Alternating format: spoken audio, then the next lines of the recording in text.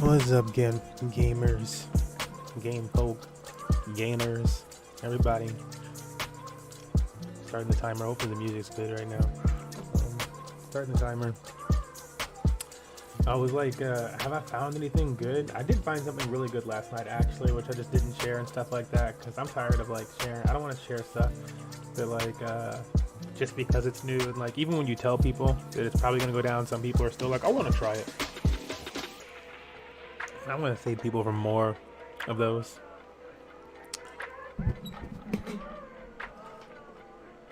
I'm like, just like when you're so fresh that you're like not gonna move your funds quick enough and stuff, you're like, maybe it'll come back or something, or whatever. I don't know, sometimes your strategies are just weaker at the beginning. So just my feelings there.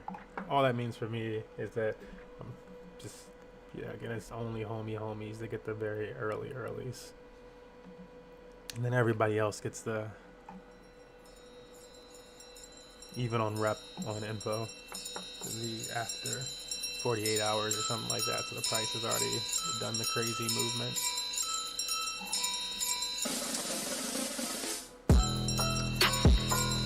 Or if it has like some type of safer entry, that too.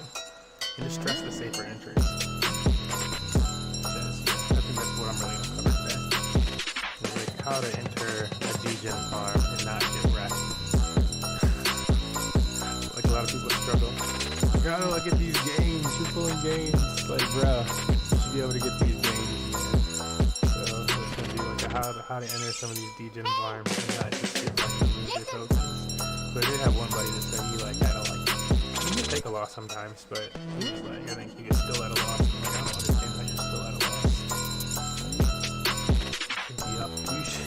You should be winning by now.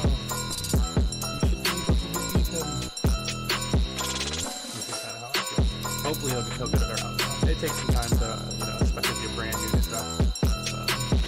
And I had the grace of finding Ethereum, then realizing Ethereum was expensive, but I was already in it, and so transferring some of my Ethereum gains to Tron, which was way cheaper, being able to get really degen on Tron, and then that prepping me for buying a smart chain. And it all started on Tron before all that, I guess, anyways, because I was already on Tron for DYOR and stuff. Let me pop up my other window while we wait. So I'm kind of sexy over here.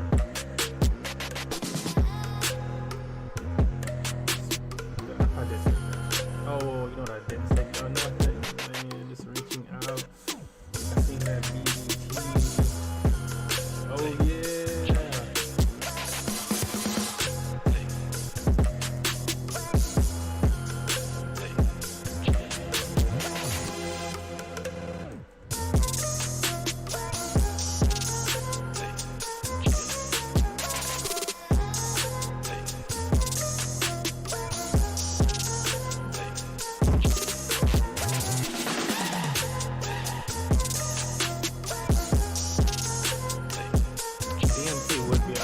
DMX would be the community members that they mentioned. That's funny. Shout out to DMX Crypto. I can get more links on his community and stuff like that so we can promote his stuff.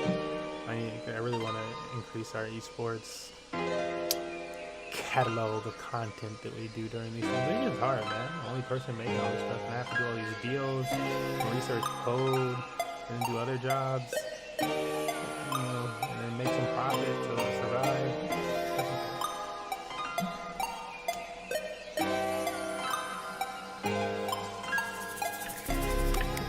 I say that, but at the same time, over here, I was just kicking it. And, trying to play some Overwatch, yeah. But I'm like, with Matthew McConaughey said it best in The Wolf of Wall Street.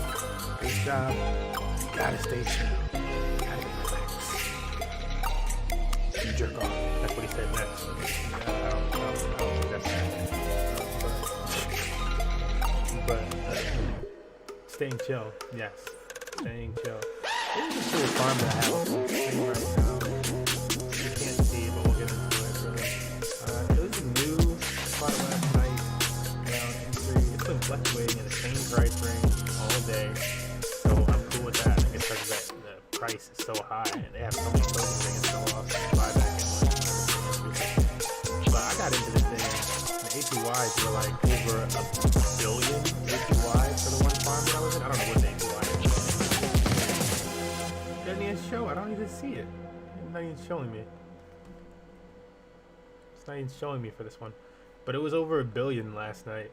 And so I jumped in because I was like, I'm just going to use my own assets. I'm not going to buy any of the tokens. And it had its nice little 5 million something APY. But I'm not going to use any of the tokens. I'm going to use assets that I already own, put them in here, see how that goes. And it cost like 0.3 polka dot for me to enter this farm. So I had 5 polka dot and it cost 0.3. But I earned 1.5 of these things. And so 1.5 of those is going to be more than 0.3 polka dot. I'm going to buy back up my polka dot first, a little bit more polka dot. I might just use it to gain polka dot. I might just keep that position and that'd be my polka dot gainer. But I wanted it to gain me, I want to gain ADA, really. I want to buy more ADA because ADA is launching, and by the time they get the DeFi stuff, people really start moving over there. And we just had a drop in ADA after the Shelly fork launched. It did launch. So, ADA time, and polka dot. You know, maybe now that the hype is over for ADA, the hype and polka dot will really begin.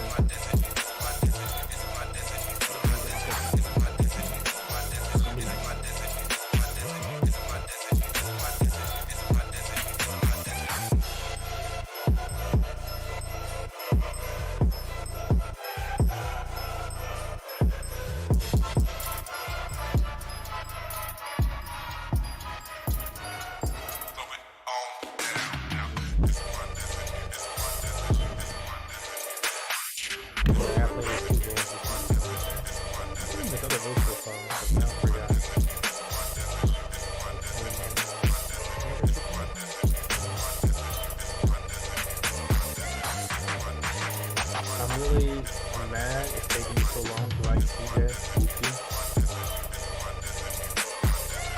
I found that shit like day one, and I was like,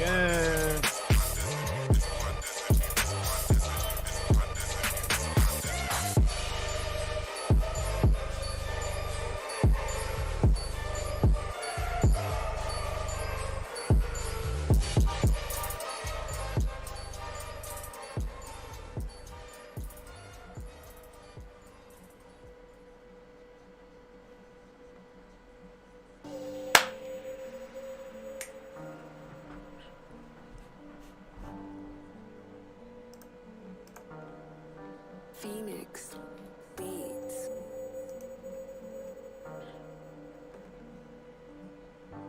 Hey, what up, Johan?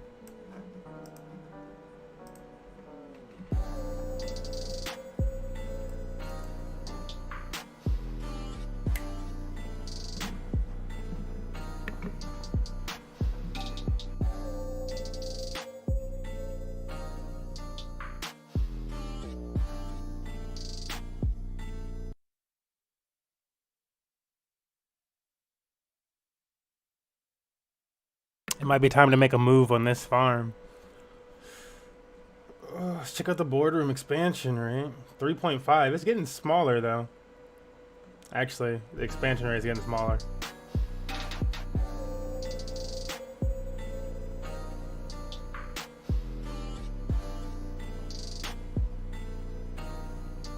I forget what the max supply of this token right here is. Circulating supply is only 1,000 of them though.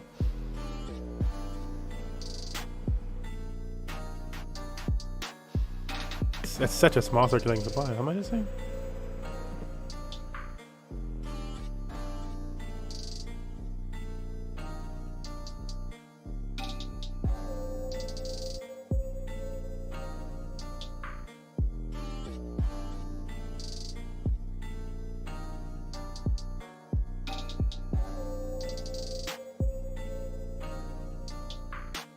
This looked like a straight up Midwest video.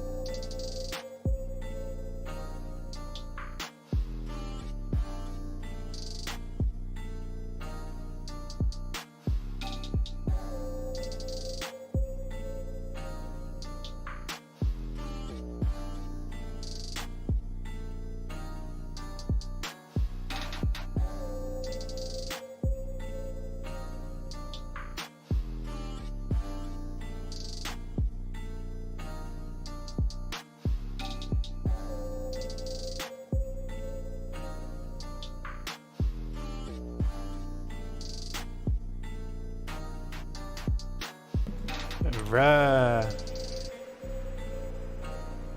Hey.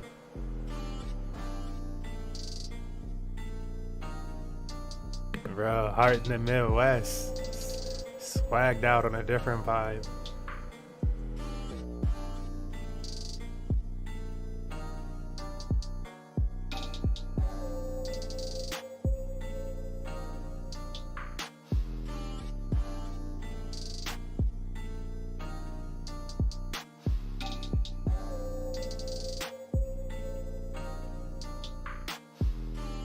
Oh, word?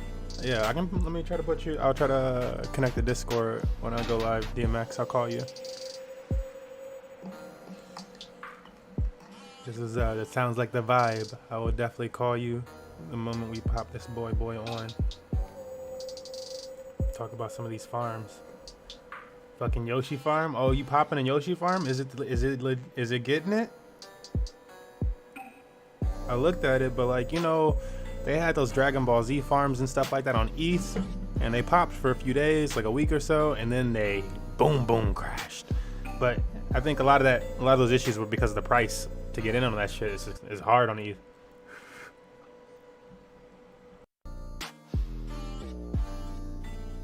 This is how we vibe out before stream. I want y'all to see like the type of vibe we go to while we putting shit together.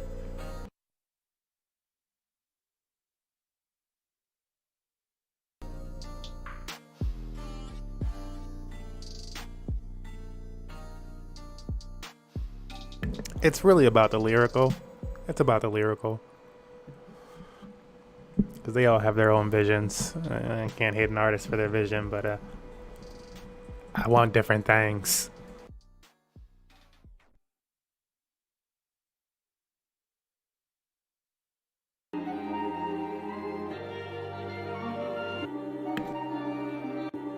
Oh, is Yossi straight Ponzi? Okay, that's funny. Yeah, that's why I was like, yeah, I don't know about those type of stuff like that. I like liquidity. I'll fuck with some liquidity. I made that is like after I got rugged on a shark on Tron. I was like, this is the last time I'm going to anything where I can't see the code. If it's not open source and they're not about providing liquidity, I ain't fucking with it. I made that choice like 4 or 5 months ago, and I've been in crazy profit since.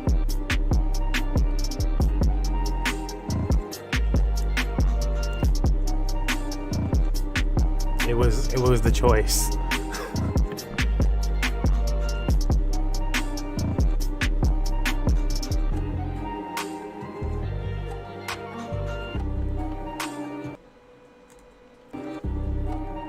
I gotta get my jam in before we start.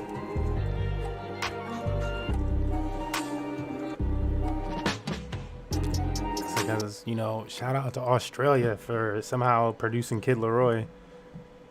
Where they have these vibes at in Australia. Also, isn't that the woman from Saturday Night Live? Like, I always think that when this video starts, that's the blonde chick from Saturday Night Live, no? I'm like, what's she doing in Kid Laroi video? She just a big Kid Laroi fan? Like, yeah, I'll be your mom.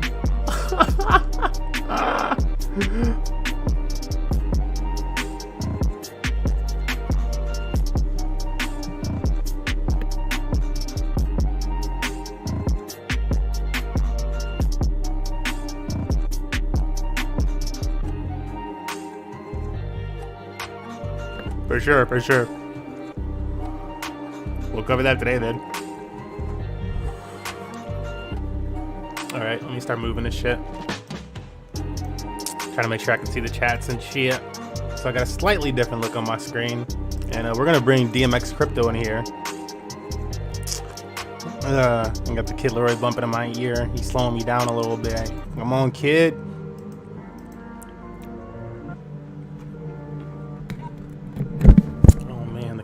Popping, no. You don't know. You should know. Alright, let me call my boy DMX. I fuck with DMX. We just gonna talk little crypto.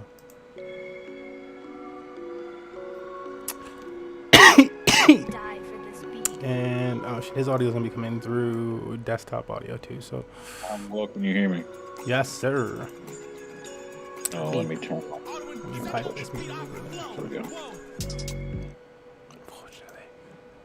Yes, sir. Hold up. Let me do one thing and try to move these audio sources around. Yeah, messing with the audio was so much fun in Discord, isn't it? Oh yes. Oh yes. VB. That's me though. What's yours? How do I change your audio? I can just make my desktop audio different. I'm just gonna do this. All right, let's get into it, folks. What's up, you? It's your boy MMG Smurf here, and today we're just having a normal day at Money Match Gaming. I like the title stream every once in a while. Same thing we do every day, Pinky. Tries to take over the world. But yeah, same thing we do every day, which is, share our journey here at Money Match Gaming, how it is we're able to provide for our esports community, what we're into, what we're looking at, what we're developing, that type of thing. And then get into the games and then enjoy ourselves. So we enjoy ourselves, we create things, and sometimes that's shared. But beforehand, we started this as a goal in late 2019, and we've been carrying on all through 2020. So you can go back and peep those streams. It's just at the beginning of most of all of our streams on YouTube, and there's a lot. But yeah, we've been sharing this journey. If you go back far enough, it's 30 cents a day, $1 a day, $5 a day, $10 a day. Oh my God, we're pulling 30 a day, 100 a day. So it's been a wild journey. And we've always said, it's not a race, it's a marathon, small investments. And also that you could get entirely wrecked messing with anything in cryptocurrencies. Everything comes with a risk. There's speculation on all the different coins and stuff like that. It's definitely a do your own research environment, and that's also why I kind of created this couch behind me. It's a little spiel I like to go into at the beginning during our introduction, which is just this whole segment at the beginning of stream where we're sharing this journey is not financial advice. I'm not a financial advisor. This is kind of like as if we was just kicking it on the couch. You came through, you said, "What's up, Smurf? How's Money Match Gaming doing?" Here you talking about the DeFi, this and that.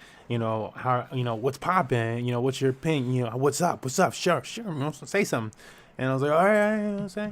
I give you the spiel, do your own research, blah, blah, blah. We'll have our own opinions.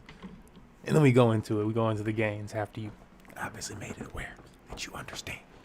But that's what we're going to be doing today.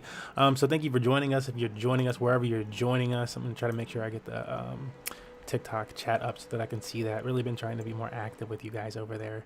So apologies if I miss things. TikTok is lit.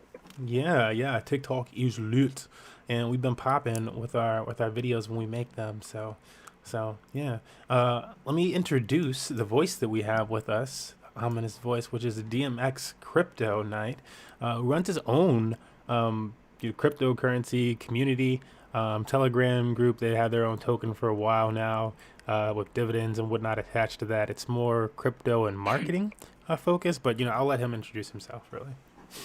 Yeah, I'm DMS Crypto Knight, and I run Moon Marketing, and we did have a dividend program, but that has ended now. So we're looking to figure out what we're going to do for phase 2 still. So it's all crypto is a journey, It's just like it never ends, and it's always something new. And I enjoy talking about it with people, so here I am. For sure. Yeah, seriously, crypto is always on to the next leg of things. I know you're big into NFTs, and we're going to be talking about Binance Smart Chain and stuff like that. DMX said he wants to get on stuff, but I, because I got an NFT fan, I have to talk about some NFTs. Are you familiar with the VV and Ecomi app? VV is going to be a monster, bro. Yes. I am familiar with it, and I was trying to get into it, but it was on like a weird exchange. Mm-hmm. And I decided not to get into it at that point. But if you take that risk, it would have paid off huge. Like, yeah, it was big. I'm still trying. Keep going. Sorry. No, you can go ahead because I was getting ready to kind of talk about. So yeah, you can go ahead though.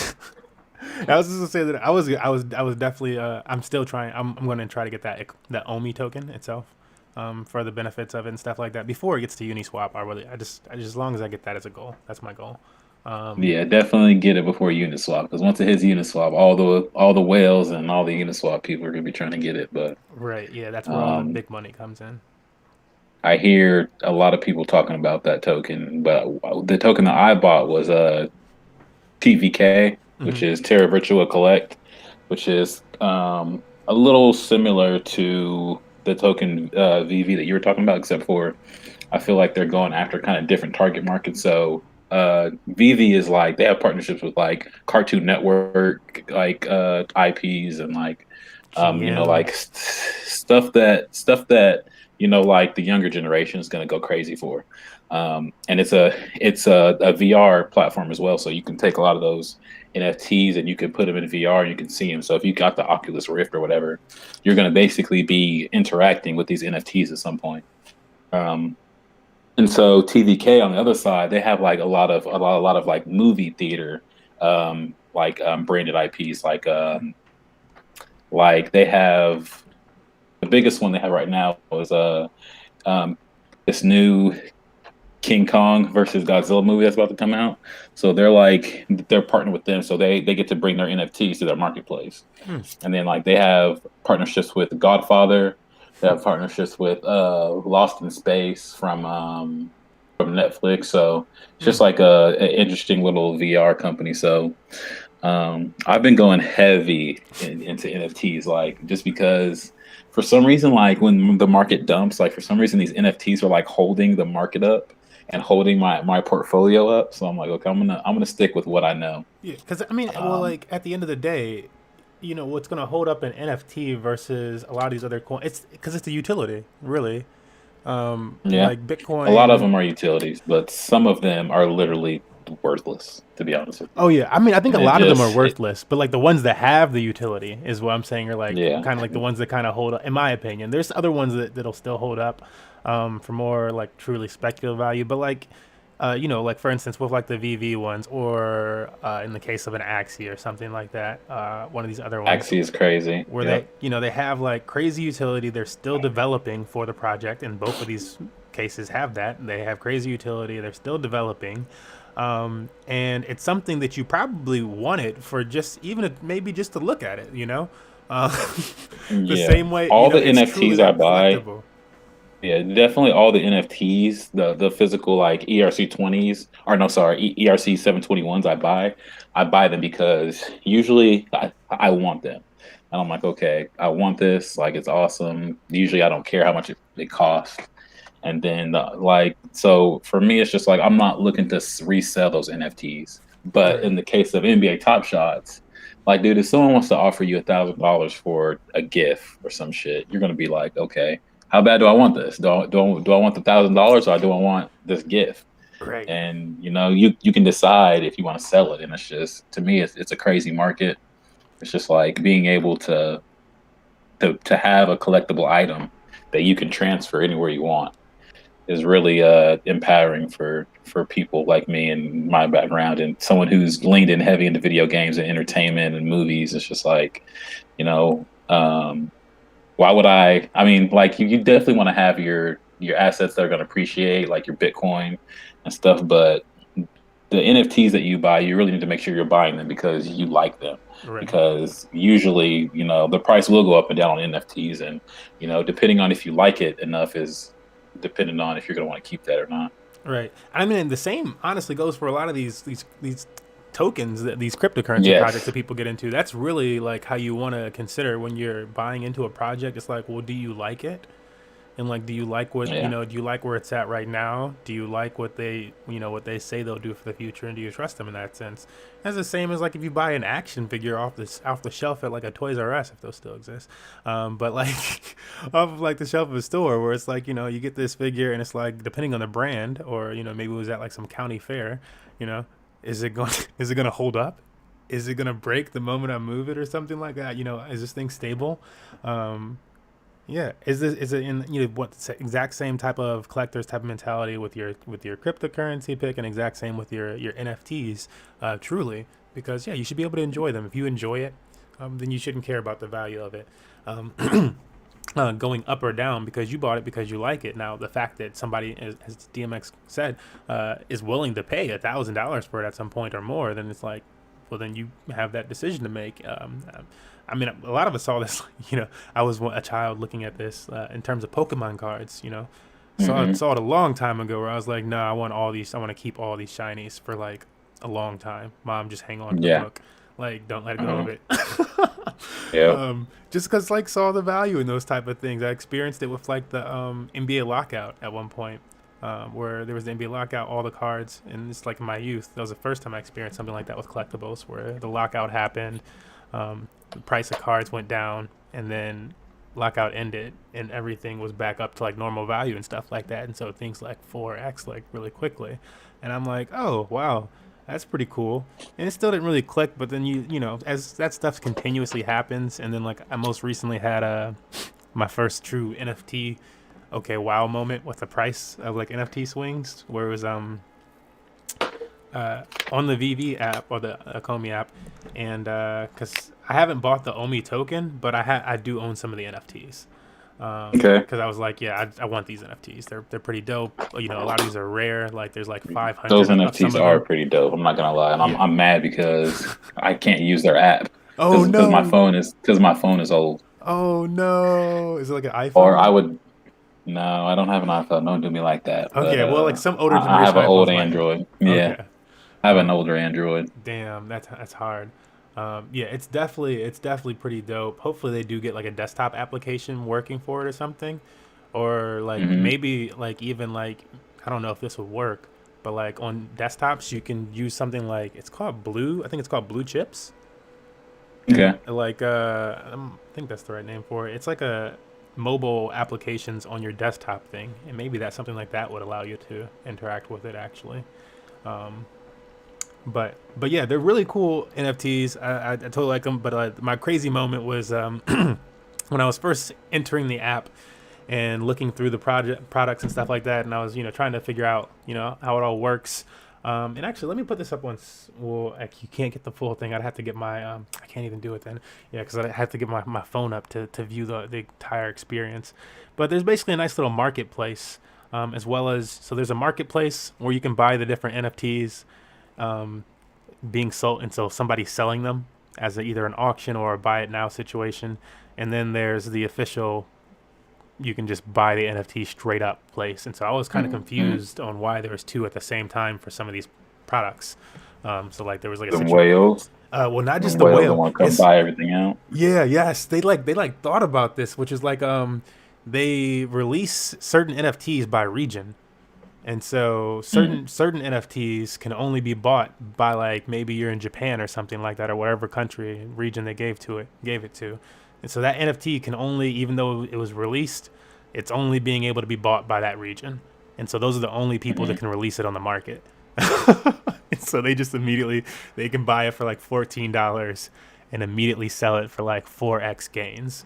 And they're just doing that. That is crazy. And I was like, whoa, okay, so that's happening. And that wasn't even the crazy moment. So I would just like notice that first. And I was like, okay, so that's the difference between these two things. That's wild. And that's kind of cool that they thought about that because it allows people to be able to compete with Americans and shit like that. Um, like, quite honestly. Uh, and so I was like, oh, that's really cool. And then I was looking at their Batman stock of like NFTs and stuff. And they had a Harley Quinn one in there, and I was noticing that some of the artist names I actually recognize, like, oh, I've seen that like in credits or something like that. And then one of the artists was like Steve Pugh, and I was like, oh, I'm pretty sure I know this name. And so I did a little Google search, and I'm like, okay, yeah, he's like an acclaimed Batman, like illustrator, author guy. His work is like worth stuff, just like a anything of his. And so, and then I looked up like the Harley Quinn thing of his or whatever because he's like does that, and it's like the action figure of the Harley Quinn thing that he has was like worth like $95 or something like that, 95, or yeah, it was like $20 more than the NFT was selling for. And so I'm like, that's a steal then. New technology, Sure it's is. more limited than the action figure. And Dude, it's there are a lot of those um and I missed the buy. artists. And I missed the buy in that short amount of time. There was like 100 something left when I looked at it, and I was like speculating because I was so early. Hmm. And within like 10 minutes, people bought up the rest of them, Yeah. which was like just like because all of them don't move that quickly. I was like, it was really just surprising that that many move that fast. But You people got just eight, bought up the bro. rest. It could have just been one person. They bought the rest of Could them, have. and all of the rest of them, none of them go for under like $200. Most of them are selling like thousands of dollars on the marketplace right now. You cannot buy a cheap Harley Quinn of that type. It's crazy, dude. Yeah, that's how a lot of well, not a lot of NFTs, but I'm starting to see a lot of these like Marvel artists or DC artists come over to certain blockchain platforms, and they're doing art and stuff. So it's still like super early in NFTs. But like NFTs have been around since like 2017, and like even like people think that NFTs are a bubble, and you know some of them are. But dude, in the bear market, people were like 10xing off of fucking NFTs, just because you know it's an experience that you're buying. Like you're buying like digital euphoria, because it's just like you know some of the stuff that you're buying. It's just like, man, I really like to look at this. Or if you're buying a game token, you know, especially if you're really into the game token that you have, it has a utility. You're not just gonna sell that thing because Bitcoin dropped. Like you're gonna be like, well, Bitcoin's down today. Let me go play some crypto games or something. Right. It's I can to still me, play it's that. like yeah, and we're gonna start to see these AAA games start to make like their free to play games on the blockchain. I'm pretty sure that Ubisoft is going to be like the one of the first ones. I know they're working on a platform right now. Yeah, they just did. They Um, just launched that thing was so rare. Man, Ubisoft is doing a lot. They're partnered with like the Flow blockchain. I took that I'm screenshot today. Like what? I'm interested to see what they're going to be doing. But there is this project called what is it called? I forgot. It's on the blockchain. It's like Steam for blockchain. It's like super early right now.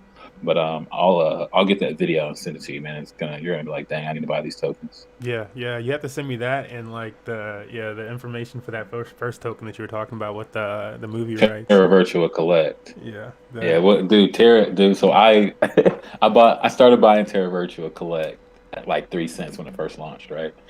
And I was like, I really wanted to go all in, but I've been trying to stick to my investment plan. You know, like only risk what you really should. And dude, like, so I rode that motherfucker from 3 cents to now it's at 45 cents. No, now it's at 44 cents.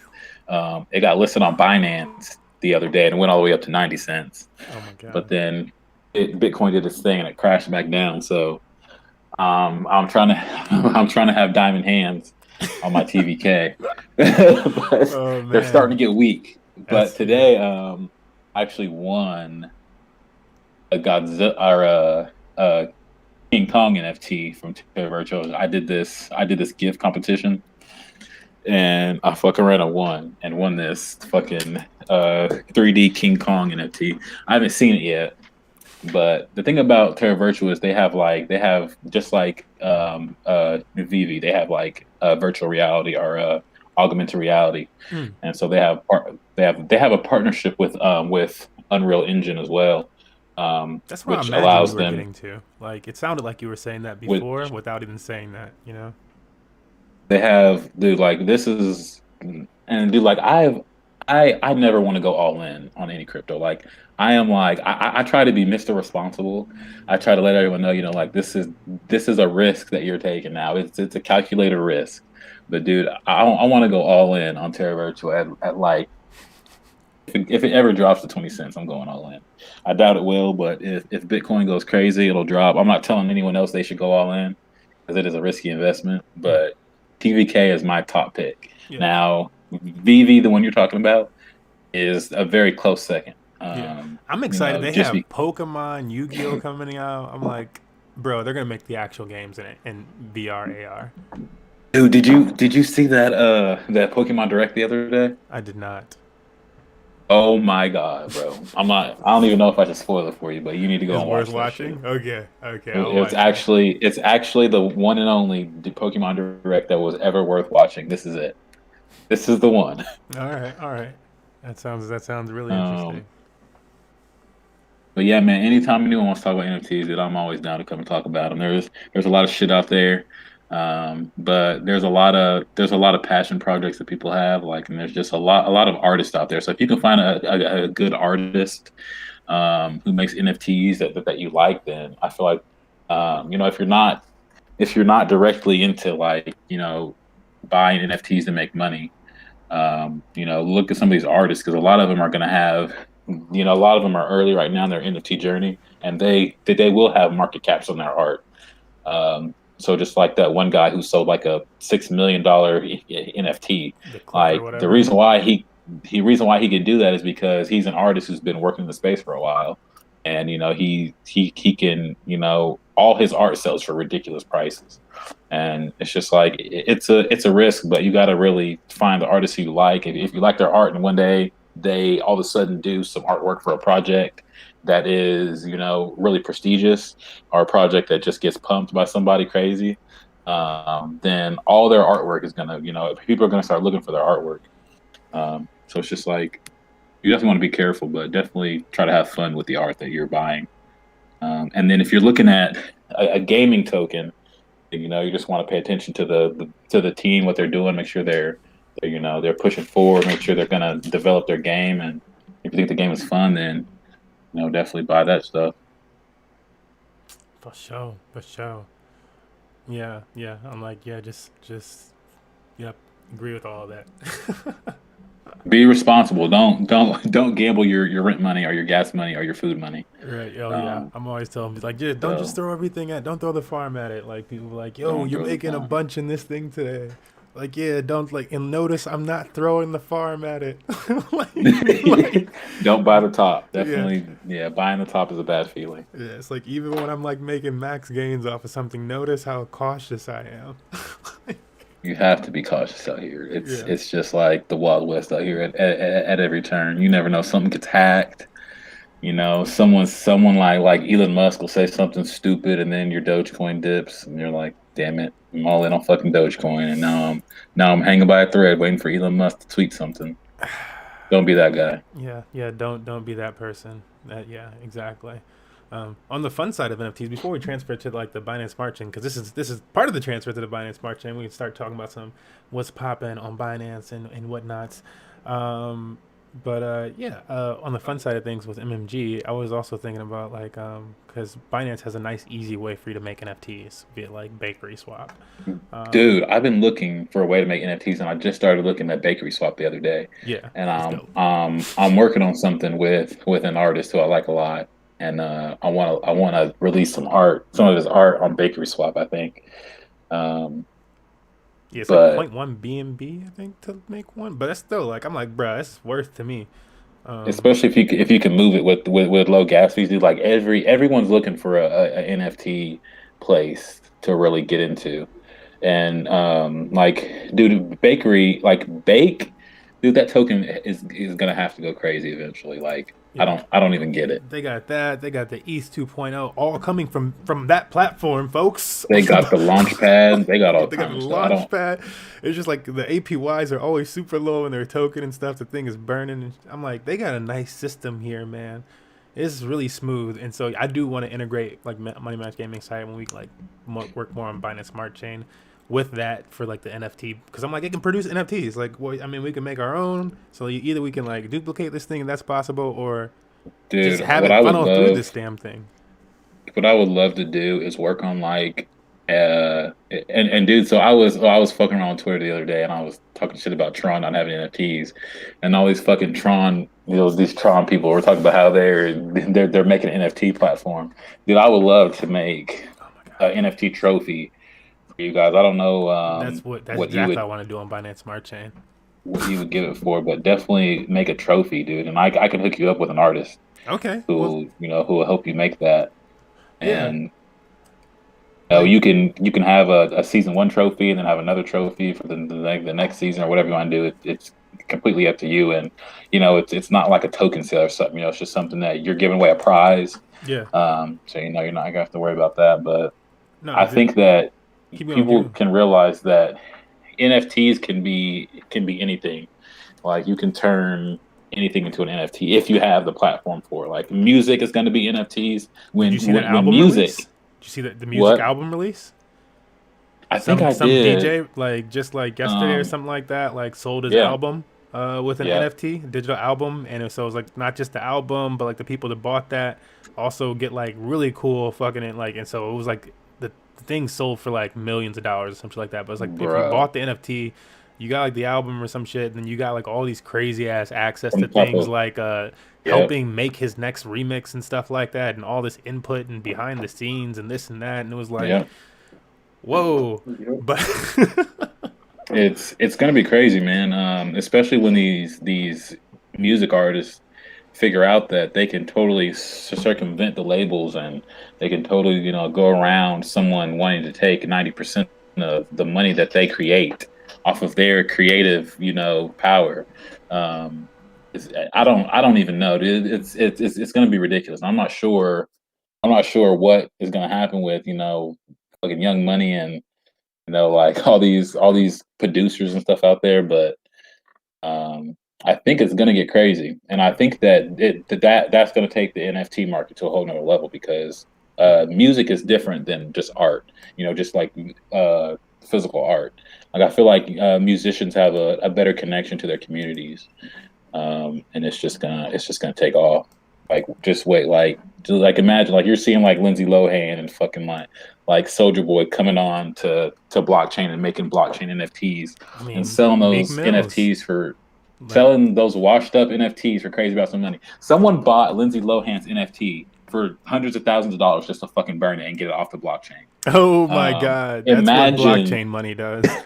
imagine when someone like Stupid. Logic or someone like Lil Wayne or even fucking like I don't know, like J. Cole Taylor drops a Swift. fucking blockchain, Taylor Taylor Swift. Swift drops an album on the blockchain. It's going to be super exclusive. So, I mean, it's going to be hard for that to be, it's going to be hard for someone to pirate an NFT. It's going to be hard for you to rip that audio like off an NFT. I bet they can do it, but that's going to be a super exclusive musical experience. Yeah, and it's just you're just taking And down the quality. There's no way it's gonna maintain the same quality if you're ripping that. no, no. Yeah, it's a crazy world with like what's possible with these. I know like I've seen like one YouTuber super like bearish on NFTs where I haven't even watched his video. This like guy that's like always like I made $1 million doing whatever the hell, something with drop shipping or something. Um, and it's Mm-mm. like mm, on stuff like They don't crypto get it. on stuff like crypto punks. I'm a bit more bearish in some senses. Yeah. I'm a bit more bearish, but at the same time, on the exact same topic, on things like CryptoPunks, they have their same value as things like my one of my former bosses once showed me this artwork that's like worth millions of dollars, and it's like it's called like Burning House or something like that, or like Burning Polish House or something like it's some ridiculous title, and it's worth millions of dollars. It's a really crude drawing of digital art of like stick figure type art of The hash mask? no, it's before blockchain. This is before blockchain. Okay. This is like early internet, and so that's why it's worth so much money. It was like one of the first digital art drawings in like like Microsoft Paint or some shit, and it's like a crudely drawn house that's burning on fire. Um, and you can barely tell that that's what the fuck it is. But this thing is worth millions of dollars. I forget the exact name of this thing, but I'm sure I if you believe like it. tried to find that, you'd find the source. But like if that's worth something, then the innovation of something like CryptoPunks being early does have value in that sense. Does it have as much value as people are currently giving it? Who knows? But that's truly where that's the collectible item of it, folks. That's the art of it. But people use art for what they use art for, man. And I think as the world changes, if it survives that period, it'll definitely have that maintain some of that value or more. Yeah, yeah. That's that's NFTs. That's NFTs. I feel like we could go forever on NFTs. We literally could. So I'm just gonna sit back and wait Yep. for you to tell me you want to talk more about NFTs because I could go all day. Oh my goodness. I'm gonna switch it up to Binance Smart Chain. Do you have like so? What's your experience with? I'm gonna ask you first. What's your experience with Binance Smart Chain? Are you moving anything on Binance Smart Chain, or are you staying out of DeFi? Mostly just NFTs. So my experience on Binance Smart Chain so far is I've bought a couple scammy projects. Um, and I've been trying to figure out, what's the best play. So what I like to do is I like to come up with, kind of like a system that works for everything. So what I'm seeing is that there are a lot of projects that are coming from Ethereum to Binance Smart Chain. Right. So those are the more reliable plays you can make. BR34P. So what'd you say? I said BR34P. I'm not sure if you know about Reap on Ethereum. I am not familiar, Oh man. but you'll have to let me know. Yeah. Um, Sorry. Keep but going. like I said, it's just if you're looking for something that is reliable, you want to find something that is on Ethereum that has a decent track record that's bridging to Binance Smart Chain. Like that's going to be your best bet. And then when you want to get risky, you can look at things that are like the pre-sale that I bought was a cake lock. And so what it was like it was a fork of this project called Core, I think, where you would like you do like liquidity pools, and when you put your tokens in the liquidity pool, it's locked in there forever. And so what they were doing was your liquidity was locked forever, but then they had this launch pad that they would let the people who have their locked liquidity. Those were the only people who could interact with the launch pad. So that was an awesome idea. But it turns out it was a scam. So these people called them out on being a scam, and the only way I I was getting some scammy vibe just because like when I go into Telegram channels, like I can tell if you're a scammer, and usually it's the scammers are the people who don't have the patience to answer questions, Oh god. and they're Yes. like really short with you, and they like they totally ignore questions or like they act like like you're an ant, and they're just like these kings because they made this great token.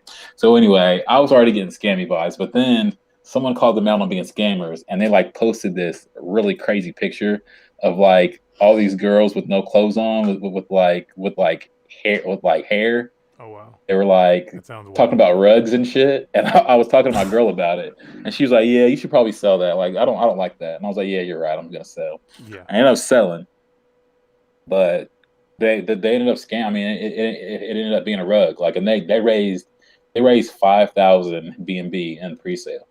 And I'm just like, if this is a rug, like they would have took those tokens a long time ago. But no, they were like, I don't know if they were trying to act like they were legit or what, but it's a headache. So when you're buying these brand new tokens on Binance Smart Chain, you got to be careful and really only risk what you can lose, because you never know until they prove themselves.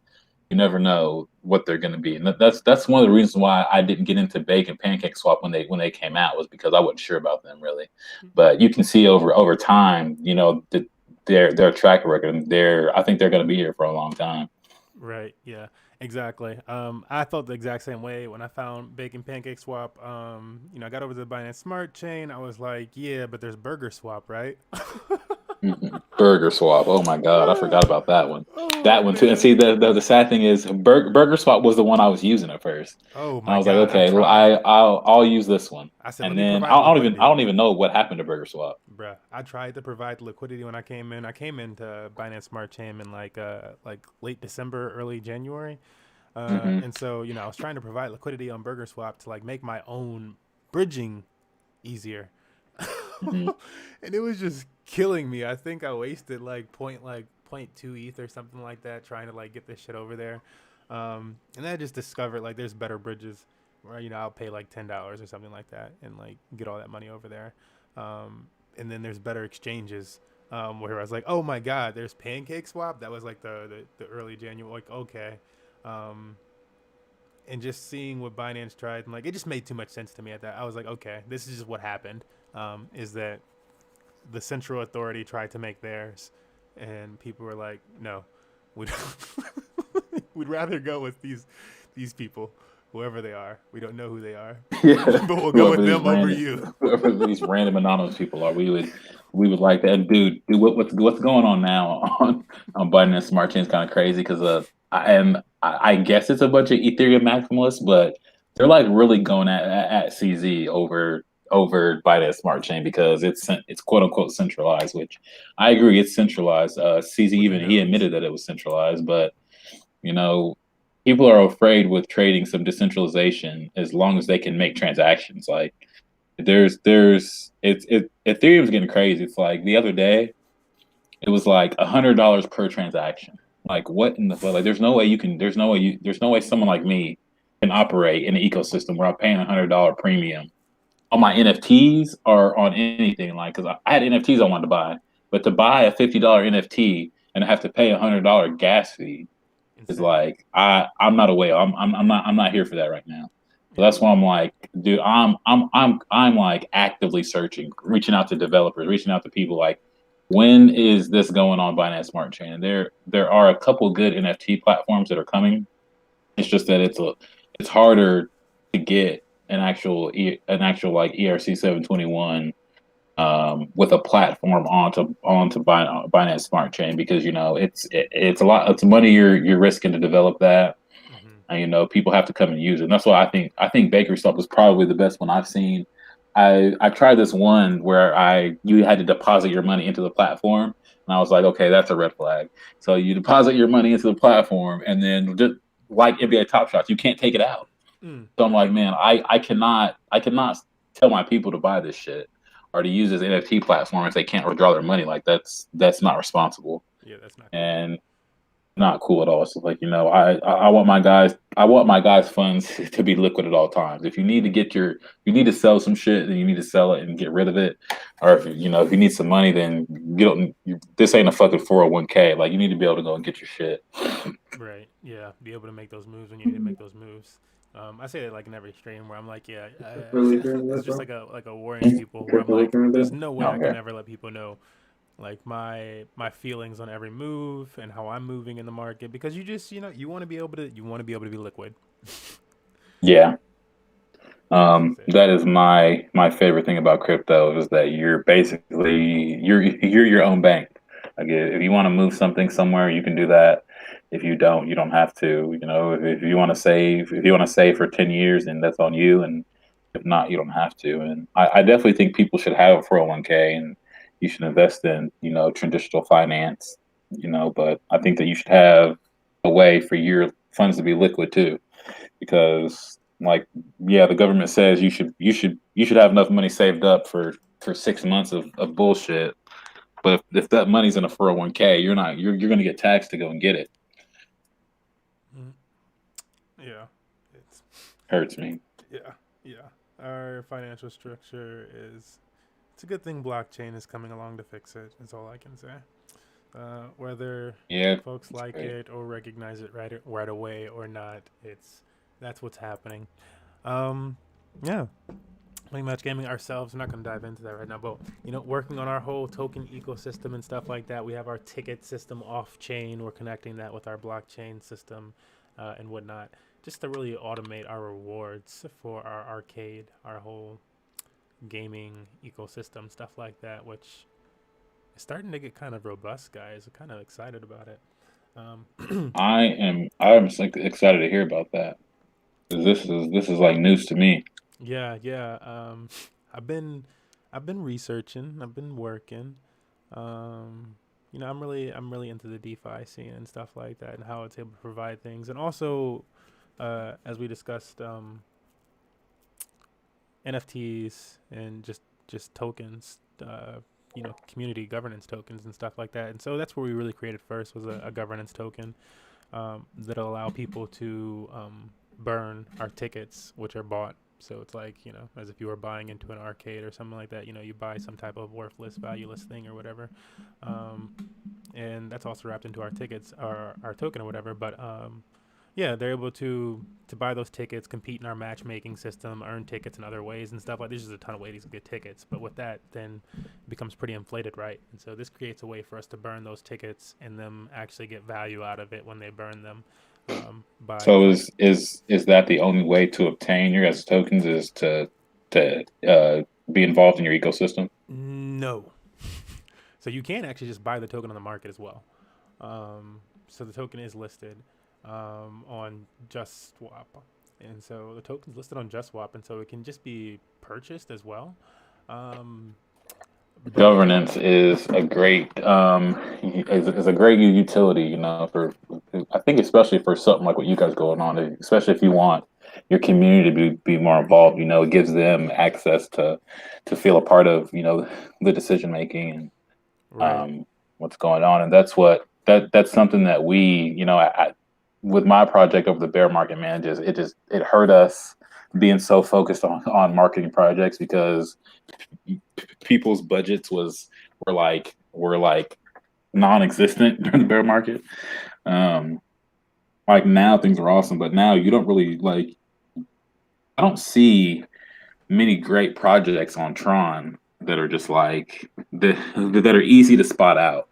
You Hmm. know, it's like it's hard. All these, especially all the stuff on Just Swap. I haven't been on Just Swap in a while, but at first it was a whole bunch of scammy stuff.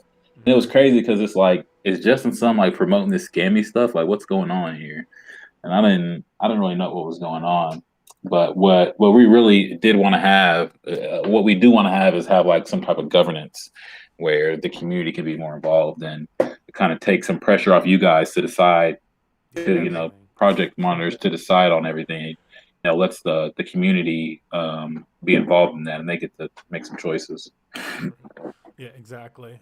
So that's what we're going for with our tokens. You know, be giving the community that say and those type of things, and then also it being an automated system for us to be able to reward people that compete in our either that invest in our token then. And make it more like the only way that they be, yeah, that invest in the token then, or that slash our economy, or that compete in the arcade, which is the easiest way for players. Then like our whole purpose of this is like for it to be that actual arcade type of situation. So if you like went to Dave and Buster's and your homie or somebody was like, yeah, I'm gonna buy that Dave and Buster's card off you with those credits, like so that I can go and get that stuffed animal, then that's their call. Um, Yeah. but but traditionally the use of that card is so that you can go play in the arcade and go earn more credits and get some prizes. And so that's like our whole purpose of it. It's trying to like automate that into a blockchain type of ecosystem, where people can get these tickets from watching our stream on dlive.tv and donating lemons. um, and we want to create more on ramps for that as well, like, and having it listed, it allows for another on ramp. um, I need to start watching on D Live more. I usually only watch on Twitch. Yeah, yeah. I'd never watch on Twitch. I usually just watch on D Live, but that's like that's hopefully like part of the push, because like with the token, other than it being used for governance, we also want it to be used for again like automating those rewards, and so people that have the token will be able to stake it, in two different ways, or we want like three different pools really to start, but they'll be staking that to either earn more of the token if they're using like LP, for like Hmm. probably like a small amount. I don't know how much we'd actually put in that pool. And then primarily, though, what it's really created for is staking for rewards. So like BTT, or Tron, or what other tokens that come on the blockchain that we're able to offer for a certain amount of time. Like Bitcoin, if we want to make a Bitcoin pool for people. But that being the way that they can claim these blockchain prizes automatically from playing in our arcade. So they'll play their matchmaking games in our arcade. There's a command in our Discord where they'll burn the tickets and it'll send them our token on chain. And they'll use those tokens on chain to stake in our pools, which will, automate their reward. So then they just get an automatic reward for whatever that is. And yeah, and that's the manless arcade.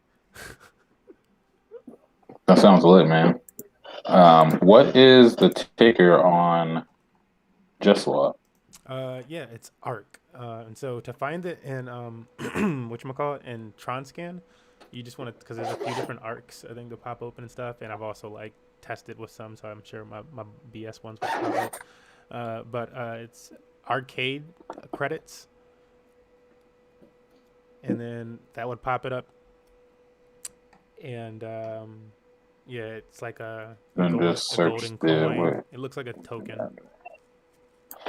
And so Scan. also link you here.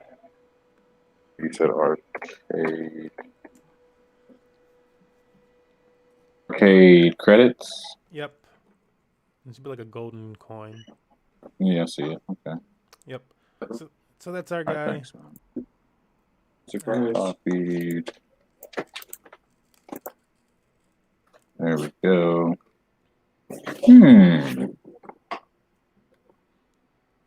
I like, man.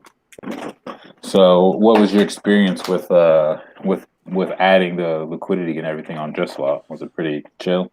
Yeah, that was pretty chill. I was expecting because I was working with a developer that I found a while back, and because I've made my own tokens and whatnot. I've just never it hasn't had. I kept forgetting to like add migrations and stuff, like possibilities for the token. So like you can't like you wouldn't be able to interact with smart contracts and stuff. If they were like only able to like I could send them to my like addresses. So anyways, this time I work with like a developer so we can get everything just the way I want it and whatnot. And it was simple. It was like the token was created and applied for listing, and then just put the it was really just we had the tokens in the address because they're already minted. This isn't a situation where they're like being minted like as they come out. There's already a max supply of tokens. But yeah, then it was just pairing them up. Able to choose an initial amount or cost, and then pair them up with those tokens, and then it was kind of like refresh your cache, or I had to use a different computer entirely for a sec. I guess I could have just restarted like my entire browser type of situation, but that was annoying. Usually I can just push Control F and it'll be enough. F5. But yeah, that was the most annoying part is the Control F5 wasn't enough to work. But after that, I was just able to supply the liquidity with Tron and swap back and forth a few times, get my token. Actually, I was like laughing to our community manager for our esports team because I always share things with him early. And I was like, oh man, funny thing is like, I was able to swap the token and then trade back into it for profit. You heard that one? And I was like, of course it's my money, but like, just the concept is kind of funny. He's on a meeting right now, bud. What's that? He's in the middle of a meeting. My bad, man. Oh yeah, no problem. But yeah, I was just saying that I had purchased the token to experiment with it or whatever, and then swap back into Tron, and like purchased a token for like 24 Tron, and then it sold back into Tron for 26 Tron.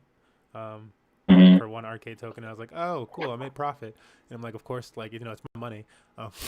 Put up for liquidity. I'm the only one providing liquidity right now. But yeah, that's what I was going to say. Are you going to have some type of like incentive for people to provide liquidity, something like that? Yeah, exactly. And that's why we want to provide. So the initial one will be within the staking when we create the staking pools. Will be for more arcade tokens. That'll be like another way to get the token. So like you can purchase it obviously right off the market. You can stake arcade and TRX to get which will increase that liquidity to get the arcade token, or obviously just play in the arcade. But the arcade is meant to be a Genesis mining period for the token, and then we'll like eventually after that like launches for the then we'll be able to hopefully with community, decision making and this and that, go down other rabbit holes. And we have one other project plan that's not necessarily tied to Money Match Gaming with like the whole liquidity structure and stuff like that. But like that's like a thing. But yeah, it'll just allow us to that time where we have that and people are able to automatically earn their rewards and stuff like that. The token will exist, and then we'll be able to branch into other things. I'm sure more technologies and stuff will come out. Well, yeah, it's always crazy to think about like what your vision is now and then what it turns into in a couple of years. Yeah. It's wild. This is like I'm like we've been over that. We adapt, and so because like since 2018, I like started plotting out that we wanted it on a blockchain though, and like wasn't like at that time I didn't think about like transfer fees for everything and stuff like that. So it makes more sense to have tickets now. But I figured that out after experimenting with Lino on D Live, where every transaction would cost some Lino, and so we had a lot of people to pay. And it was like, okay, so I should consider that when we were making this thing. And then Lino was like, "There, we might be switching to the Tron blockchain or some other blockchain. We're not going to use Lino." Um, and I just got tired of it at that point. I was like, we just need to make an off-chain ecosystem, and we'll attach it to a blockchain whenever one works out for us, and we'll be able to move it and attach it to other blockchains. Because it should really just be for fun. It's just to fund the arcade. It's like, yeah, it's to fund the arcade, and you'll have governance over it, and we want to make one specifically for governance of esports entirely and stuff, which is gonna I think this is gonna be like a really cool project. But da. So much to do, so much to say. So what's wrong with taking the back way? Um, Just keep building, man. Like as long as you're always pushing. yep. I don't feel like there's anything wrong that you can really do except for just stop working on it. Right. Yeah. Stopping. Cool. Which I've been like loosely following you guys for now the last couple of years. And I mean, you guys are extremely consistent, and that's something that I appreciate. Oh, thank you. Yeah, definitely try to be consistent. Again, like a big part of my goal for 2020 was to be transparent with Money Match Gaming, because our first foray into like questioning community or like asking for like community input, because like very early on in Money Match Gaming in like 2016, we were like, should we have it was between just the owners, but we're like, should we have paid events or should they be free events? How much should the pay be? We're figuring that stuff out. And even at that time, we were like, we should ask the community. Yeah. We should just ask them first. Let's poll people on Facebook and stuff. These big communities where we can poll the most people. Let's poll a bunch of smashers. And so we polled people and stuff. We were just asking first to try to get like a sense of like what people wanted, because obviously if people are paying, then we can provide bigger prize pools than we can just provide ourselves. But people didn't, online and this and that in Smash Bros specifically, they were saying no. And so our initial feel from like day one was like, all right, it's probably going to be free. And then we got started getting like comments that are like, oh, scam artist and this and that. And we're like, we haven't even had an event yet. Like we're asking you, how can we be scam artists if we're asking you? And like, yeah, we already, and like, the decision is obviously that we're not going to do that. Then if you guys, feel so strong about it, like, why would we do that? And like one person even went so far as to be our only Facebook review then for like years. There was like a negative comment calling us scam artists, and we're like, would you come to one of these free events where we just give away money? We're giving away thousands of dollars a year. Would you come to an event?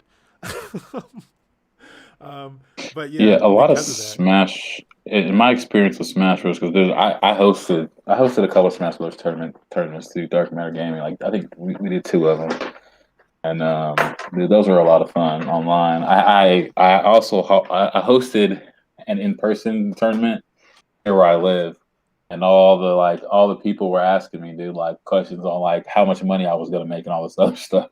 like, And I'm like, I'm not gonna make a bunch of money on this, guys. Like, yeah. I would have to, you guys are paying for the prize yourself. Like, it's not easy to make money off gamers, especially when I know gamers aren't people who make a bunch of money. Right.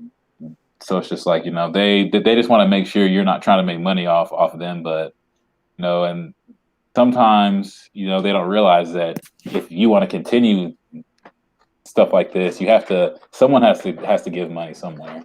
Not saying that the gamer has to give the money at all the time, but you have to find the money to give people. So Right. it's always interesting to me what people are okay with.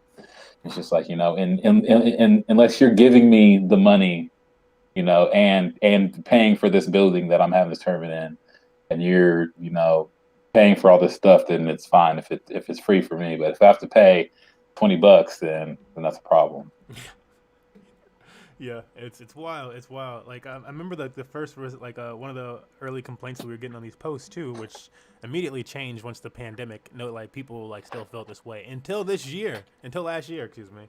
And then like everybody started switching their tune. Uh, but for the longest, anytime like if you had like a sub event even or something like that, people would be like, "Oh, well, online TOs don't deserve pay." Like it's an easy job. They're automated systems and blah blah blah blah blah.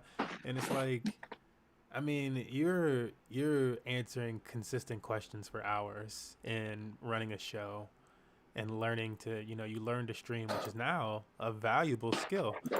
Dude, it's crazy. Like, dude, like, and I never realized how much fun it is. Like to because dude, like I started out organizing like amateur basketball events, and that was fun. But dude, it's stressful to TO an event, especially when you're reaching out to people online and trying to make sure that they're there on time. You have to ask them what time zone they're in, and then Hmm. match their time zone with their opponent, like for multiple rounds. Yeah, So it's just like that would hit me hard when you said that online TO shouldn't make any money, yeah. I was which like, I don't think I've ever like.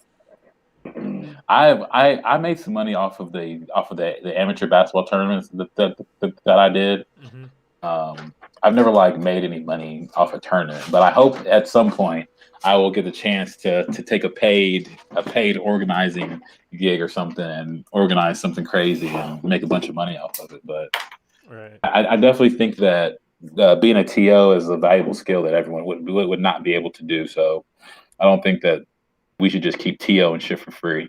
Right, exactly. But it is a passion that we have, because we just like to organize events, and it's something that's fun for us, and gives us something fulfilling to do, and we really like I like organizing stuff for gamers because gamers are entertaining, dude. Just watching someone compete in a game against someone else is extremely entertaining to me. So that's the value I get out of it. But it's just like people always think someone should do something for free, man. Yeah, It's like, if you're giving back to the community, then awesome. But I don't expect anyone to keep doing shit for free. yeah. And I mean, they shouldn't. They shouldn't. It's like guys, things cost time. Like when we considered how much and it's like nobody knew we were considering these type of things, but while we're getting those type of comments and stuff like that from people, we were always like already considering things like, well, how much should we be paying people in these prize pools? And like our thought process is not just how much we be paying them, and like part of why we created tickets and are now able to reward people per round of an event, so that you have an opportunity for value based on your results each round of the tournament. And it's like we decided we wanted to do that type of stuff because there just wasn't like enough opportunity out there for people, like where there's so few people that come to an event that get paid, number one. And then even if you get paid, how much are you getting paid per hour? And so that's kind of how it kind of broke down to us, and like how much we thought like we could at least provide that for first place would be like our thought was like, okay, if we run like a 2 hour event at a time, we were like, okay, we run a 2 hour event, first place gets a little bit above minimum wage in the Midwest. Like that's how we were thinking about it though. We were like, we want to be able to get everybody minimum wage. We want to get all the players, like, if they win, they're getting something for their money, their game per hour. We want to get it up there. So like each game is like a profitable game. And that's like our goal. But like that's how we like initially started thinking about it, and that's how we came up with like the $20 for just a tournament. We were like, it was just like $10 an hour. Yeah, that's nice. I would be happy with Dude, what I'm that saying. is actually pretty genius, not gonna lie. I Yeah, mean, you're not overpaying amateur gamers. And when you're offering them a base salary, I mean, it's like you could go to work and make this amount of money if you win. I mean, like, and then there's the factor of, like I said, there's the factor of you're creating an experience for them, you're creating an experience for the person that's watching. So it's like it's value on multiple levels. It's not just that 725 Midwest hourly wage or now. I think we're at about $10 an hour now, 9.50 or something, but. Just like you're creating value on multiple levels for people, and people don't understand how valuable that is because it's not like you're not fucking just TOing a goddamn tournament. Like you're creating a valuable ecosystem right now, and these trolls on fucking Twitter or Facebook or something are fucking trying to tell you how much you should get paid for what you're doing for them. Yeah, it's wild. It's wild. It's wild. I remember one season we had. Oh my god, we had. Oh boy, had to file taxes from how much we gave him alone. Bruh, I was like, wow. I wish I made that much this year. Dude, taxes is some bullshit. I'll tell you that. Oh, shit, he made so much money. Oh man. Bruh. Okay, but speaking of making money, I wish I was that good at gaming though, where I had to fucking seriously. pay taxes on my gaming. Oh my God, seriously, I wish, but that's why as we can continue to build it out, like the best players, they get that, we could provide them that actual hourly rate of like a job or something, and so it's worth it for them to attend the tournament. But for other players, it's we can't provide an extreme amount, but like currently, like with our ticket system, it's like they're earning like, you know, 30 cents or something like that, like for like a game per game. So it's like it depends on you at that point. Like your skill level might push you up to an hourly rate, uh, like, but That's value, man. yeah, That's but it's work. opportunity, and it's like unlike most tournaments where like you go to a tournament, you paid $5, $10, $20, and then you lost and you just lost all your money. It's like, well, no, you depending on how you do, you're making it back, and what you made back isn't just it's not just, oh, I made back, if you made back like 30 cents of cash, you might not be as excited, right? But if you made back 30 cents of Major Magic tokens, and Major Magic is on your desktop 24/7, or Chuck E. Cheese, that's like another one everybody knows. Then it's like then you got those Chuck E. Cheese tokens right on your desktop that you can play the game whenever you want. So you can immediately, it's better than the 30 cents. I can make back the value of the 30 cents because like we have the tournament, but then we have also the matchmaking system, which is 24/7 by our bot. And so go find one of your friends that you can beat up on, or, or find somebody else and take their tickets. But you immediately can turn that back around for more value. And it's like, yeah. It's just an interesting system and stuff like that being created. And we think that again, I feel like we were first to like really utilize actual blockchain technology for esports and stuff like that, as far as like using the Lino blockchain. And having community members within an esports community, like probably like over 100, accepting a token and, and transferring that on blockchain.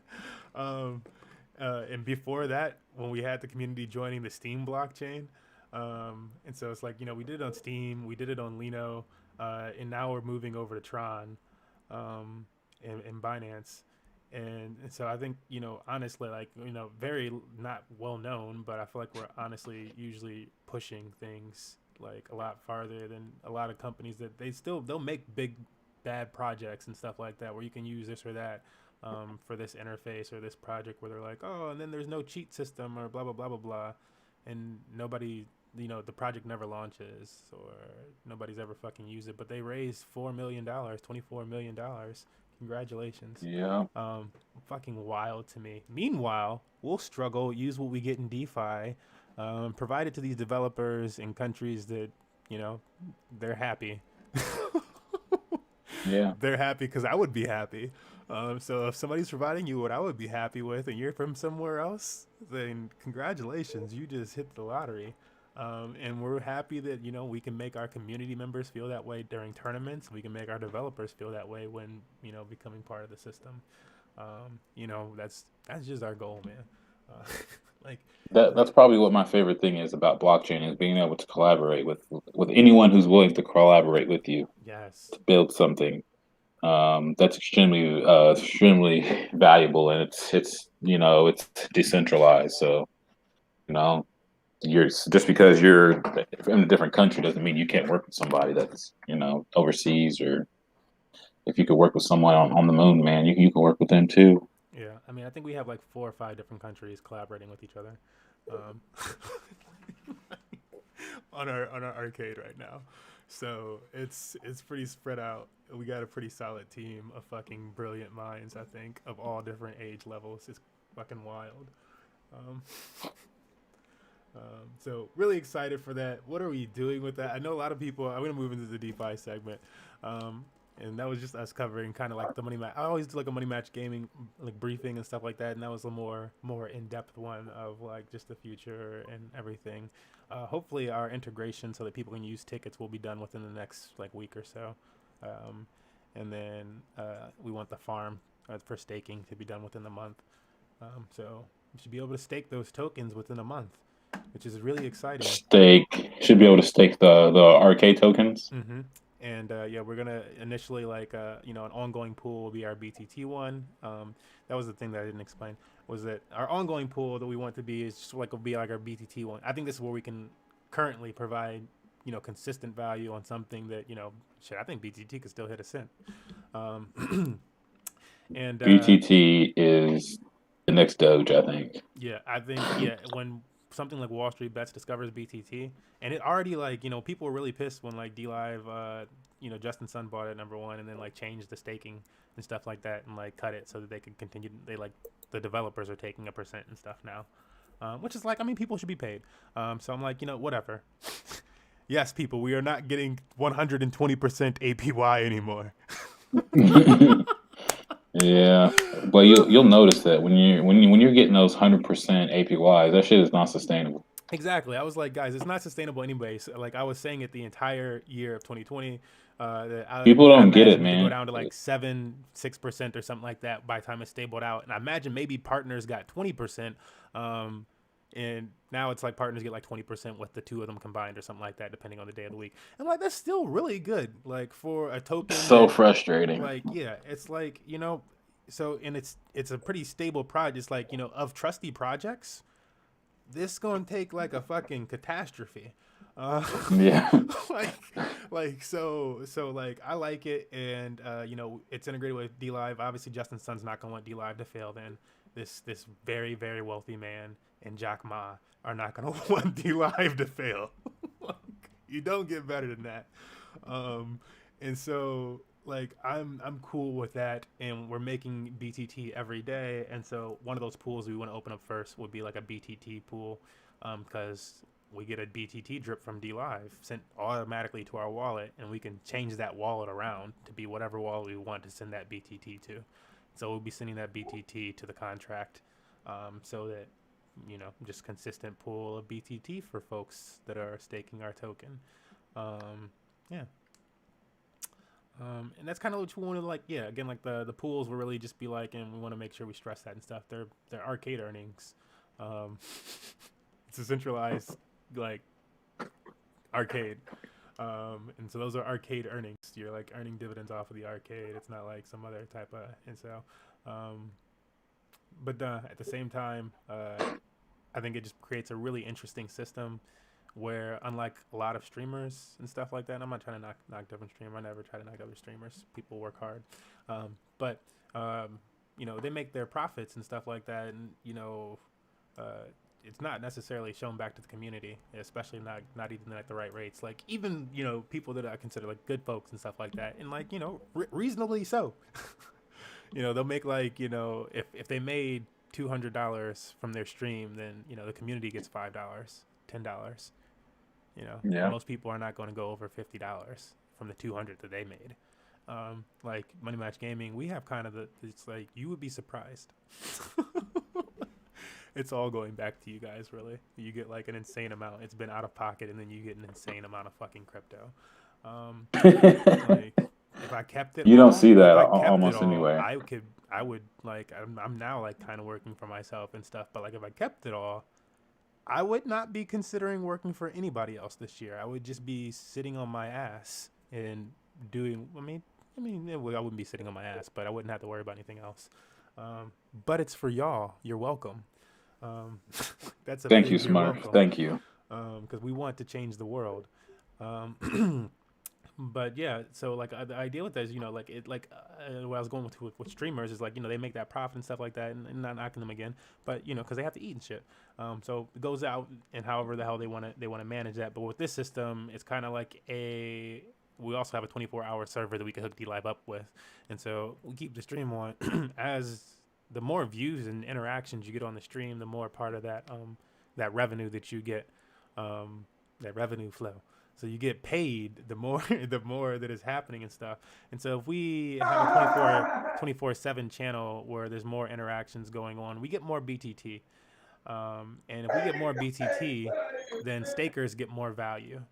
And so it's just the possibility of like, fuck, leave your fucking browser window open or something like that. But like, I mean, but like that becomes like almost like a mining mechanism for a token that you already have, that like for governance, where you're actually just able to increase your pockets via the DLive protocol from watching stream, and it's automated to go into your pockets then.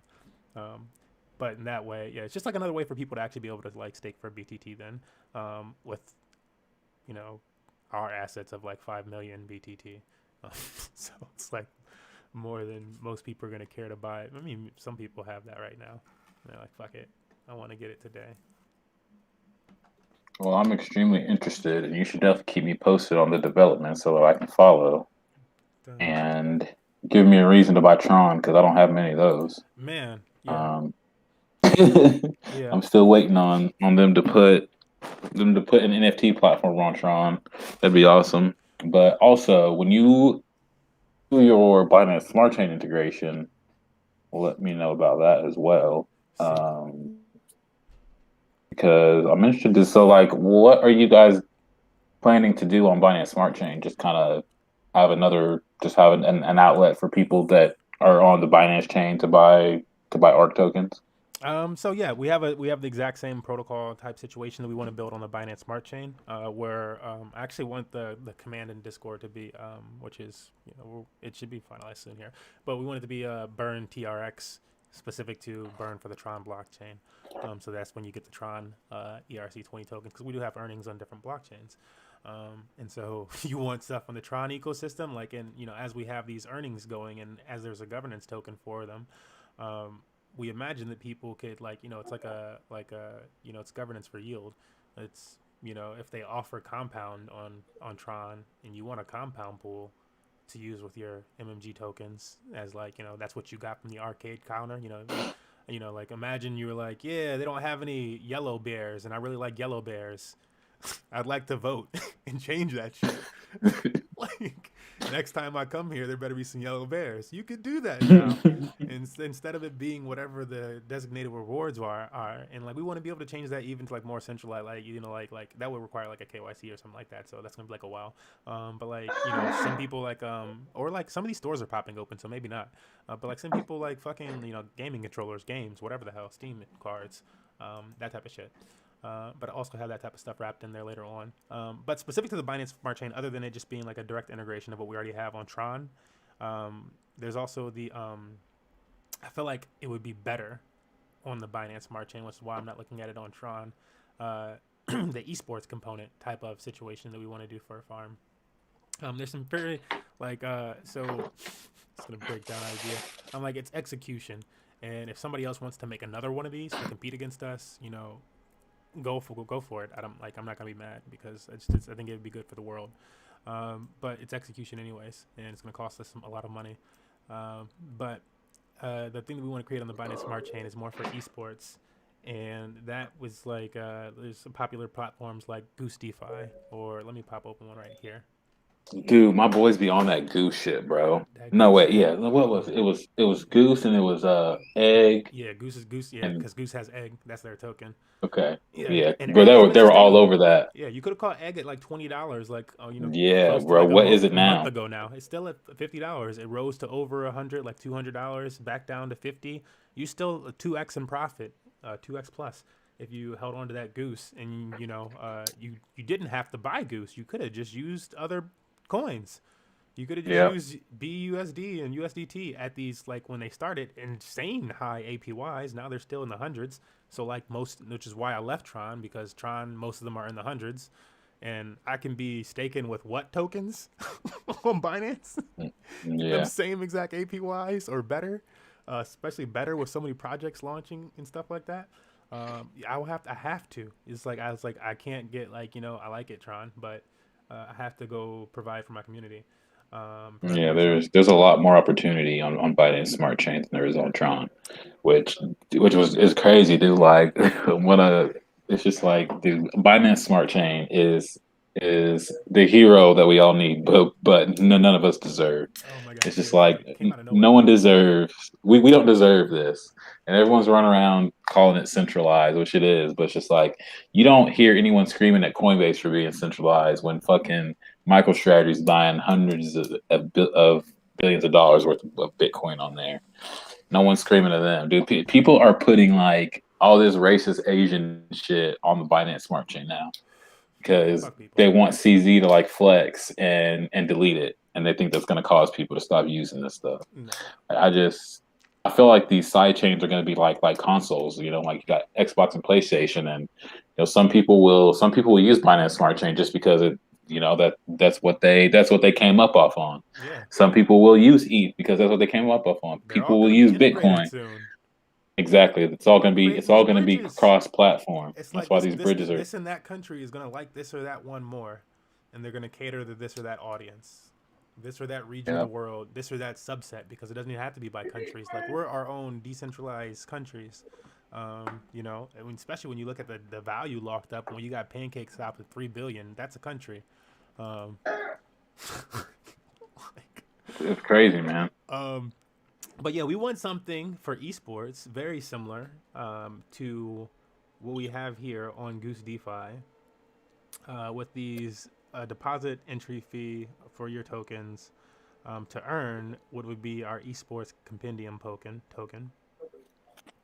And then we'll have like a secondary, and then we want the compendium token to probably be a fixed amount that people would earn, and then the other token be more of like a cake type of token where it's an expanding token. Sure. But that would like very similar to how the arcade token for us allows people to govern the arcade.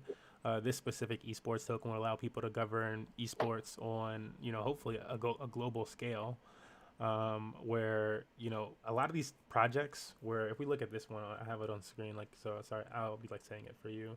But like, Goose has $162 million locked up in TVL.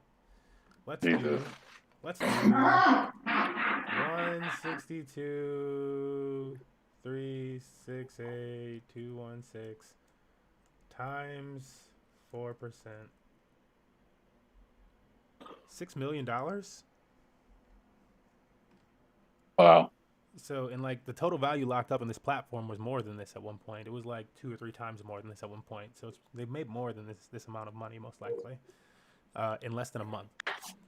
And Yeah. the thing with this project is like, sure, the developers and this and that, but those developers are probably kicking back and doing whatever the fuck they want, right? It doesn't really matter.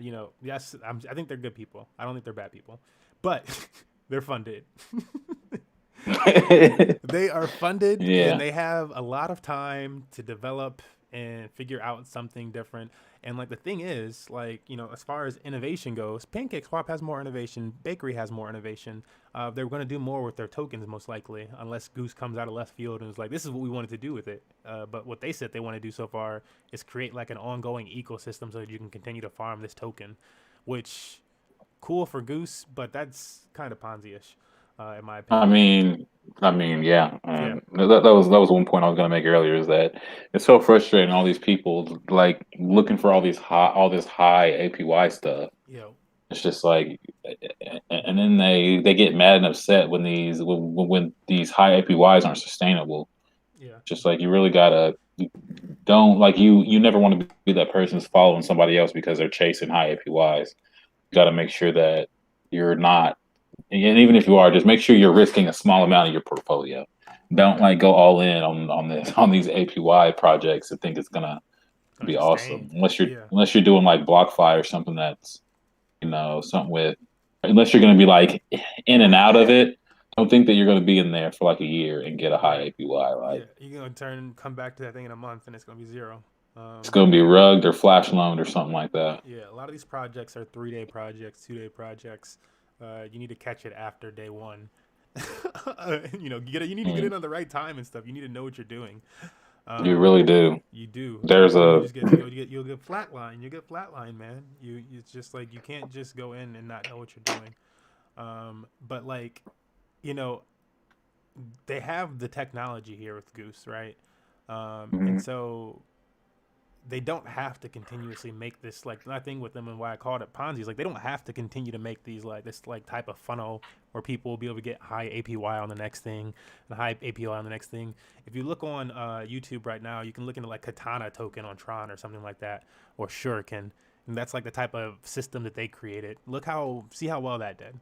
Um, I really would advise them not do go down that path, and seeing them choose to go down that path for me is something that's keeping me away from Goose. Um, but they could go a different route. Pancake, for example, has chosen to go a different route. They have NFTs that you can purchase on Pancake Swap. They have a team system and points and stuff like that developing on Pancake Swap, where you can, you have to buy an NFT first. Now that you have the NFT, you get to choose which team you want to be on. Now that you're on a Yeah. team, your team can start to gather points, and they haven't released a task for the points yet, but they're building that type of stuff. Why isn't Goose talking about any other type of utility with this token other than high APY? That's not cool to me, especially when you've made over $6 million, on like a Yeah. small estimate, and you've made over $6 million in less than a month that goes to you because the contract is written that's as a deposit fee for the development and for the for the development of the project, for the developers, and for buybacks.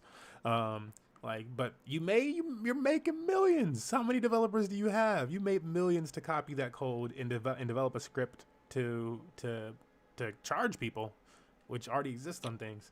Um, Hopefully they have something in the works. yeah. So Which like, so not trying to flood people's bags too, but I'm just like, that's just like I really want them to come up with something bigger down the works, and that's really like, and I like what they created though. It's innovative with like alone the fee mechanism where they can do more with it. Where now you have this fee, and in my opinion, this fee allows them to go, okay, we can use this fee to like maybe the community's voting on other shit and stuff like that with the token, which they haven't really talked about governance a whole bunch, but maybe the community's voting on other shit. They have this development money that they made. Now that they're millionaires, they can go ahead and fucking develop the thing. They have the money to go develop something new or bring that stuff in and just go ahead and go in that direction and add that. And if people don't like it, they don't like it, and if they like it, they like it. But they can obviously do that type of stuff now. We want to be able to provide that for esports, because a small amount of that would allow us to have one of the biggest fucking Fortnite tournaments in the world, one of the biggest fucking, off of that 1 month, one of the biggest Fortnite tournaments in the world, one of the biggest fucking Dota tournaments, one of the biggest League of Legends tournaments, one of the biggest fucking, Apex tournaments, one of the biggest so you Smash, guys are the into biggest doing Smash some Bros other tournament. tournaments then, Yeah, huh? yeah. We want it to be like people choose. That would the esports one would be governed like fucking Street Fight or whatever. All these tournaments get an opportunity to have their fucking $1 million tournaments, which they never got before because these people don't want to fund them. But in the same time, you have these ecosystems that people are obviously into and stuff like that, and like you have quite honestly a token. Especially if you wrap it around any type of NFT type of shit that comes out, like with a pancake swap type of situation, you have a whole ecosystem then building over a token, like we were talking about at the very beginning of this conversation, that quite honestly, I just want to hold. Which If one? you I forgot like, which one it no, was. like the when we were talking about Oh, the Vive token. we were talking about the Vive and the movie tokens, where it was like Yeah. you want to buy these NFTs and stuff like that you want to hold, and you want to think about tokens that exact same way. You like it. I want to, in a bear market, I want that because I can look at it and that thing's dope, or I can make whatever decisions. I can play that game. And like in this situation, we feel like we're giving people that opportunity where in a bear market, you're still choosing who the fuck gets whatever like event thrown in Hmm. whatever place for whatever amount of money online on whatever game. The Infinite was talking about, he was like, a lot of these, indie games and stuff like that are developing stuff like that, and even like big time developers like Smash Bros. Or I'm into Rogue Company on Xbox, where they have like Dude, some type of deal with Doctor Disrespect. wait, Um, Rogue Company, is that the one? I think it's a different game. Hang on. Is that like the little weird like dungeon crawler, or is that a different one? oh, it's a different one. It looks like what's the other? It's kind of like an Overwatch type of game, but much more shooter. I forget the other game that came out, like Valorant. It's like a Valorant type of game. Okay, Yeah. I'm thinking of a different game then. Yeah, so that released on Xbox. It's cross-platform. It's Xbox, PC, PlayStation. I think it's I free. think I played the beta on this actually. Yeah, and it's like entirely free now or whatever. You can still pay for it, um, but it's a pretty cool game. I like playing it. And I was using it as an example because Infinite was like, these are the type of companies and games and stuff like that that they accept community decision and stuff like that, and something like a governance token where people could stake into that pool, provide money for that pool's game, specifically, like oh, you're staking into BTC and whatever the fuck token, BTC BUSD, but that 4% is going to a Rogue Company tournament, and while you're earning that governance token, you're now able to make decisions on fucking the meta, game meta, or whatever the fuck, the same way like NFTs and stuff are able to do it. But then it's just, it creates more utility out of a token than people are currently given a lot of these tokens, and we're starting to see it like being done more with NFTs just in general, but it already exists in governance and stuff. um, and it just, yeah, for projects like this of this caliber and stuff like that, to not be utilizing those funds for like, number one, like quick innovation. I mean, you want innovation to be like, you don't want to move too fast, but for more innovation than just a cycle of APY. um Hmm.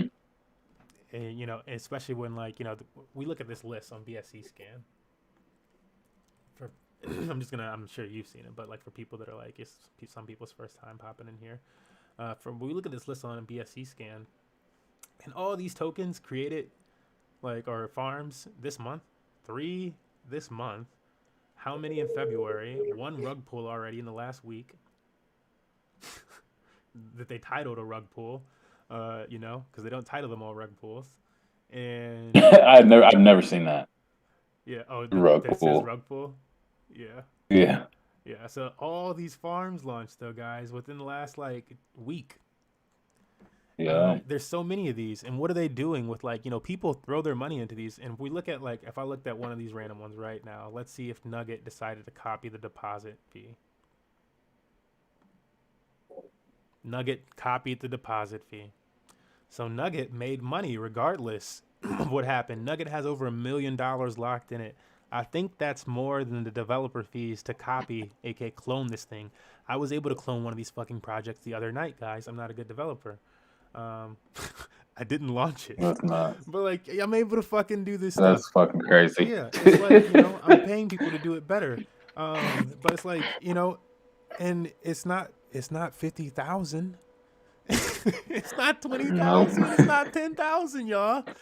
And so it's like, you can make it, because I could do it without knowing in a fucking night, watching fucking YouTube and pausing it. And so the fact that these people were able to walk away with, on small scale, 60,000, 50, 100,000, 200,000, whatever the fuck, it's a nice amount that they're able to walk away with, because whatever we see TVL right now, this is fluctuating. More money's coming in, more money's going out. They're making money off of more than just that, because they also hold the tokens. They're rich. And what are they using that money for, though? Nothing. Yeah, who Strictly knows? just they got rich. You gave them that opportunity for yourself to maybe make some profit, but they got rich and they don't care. Like, we need something more sustainable, people that care. For the people, Yeah, man. that's for the people.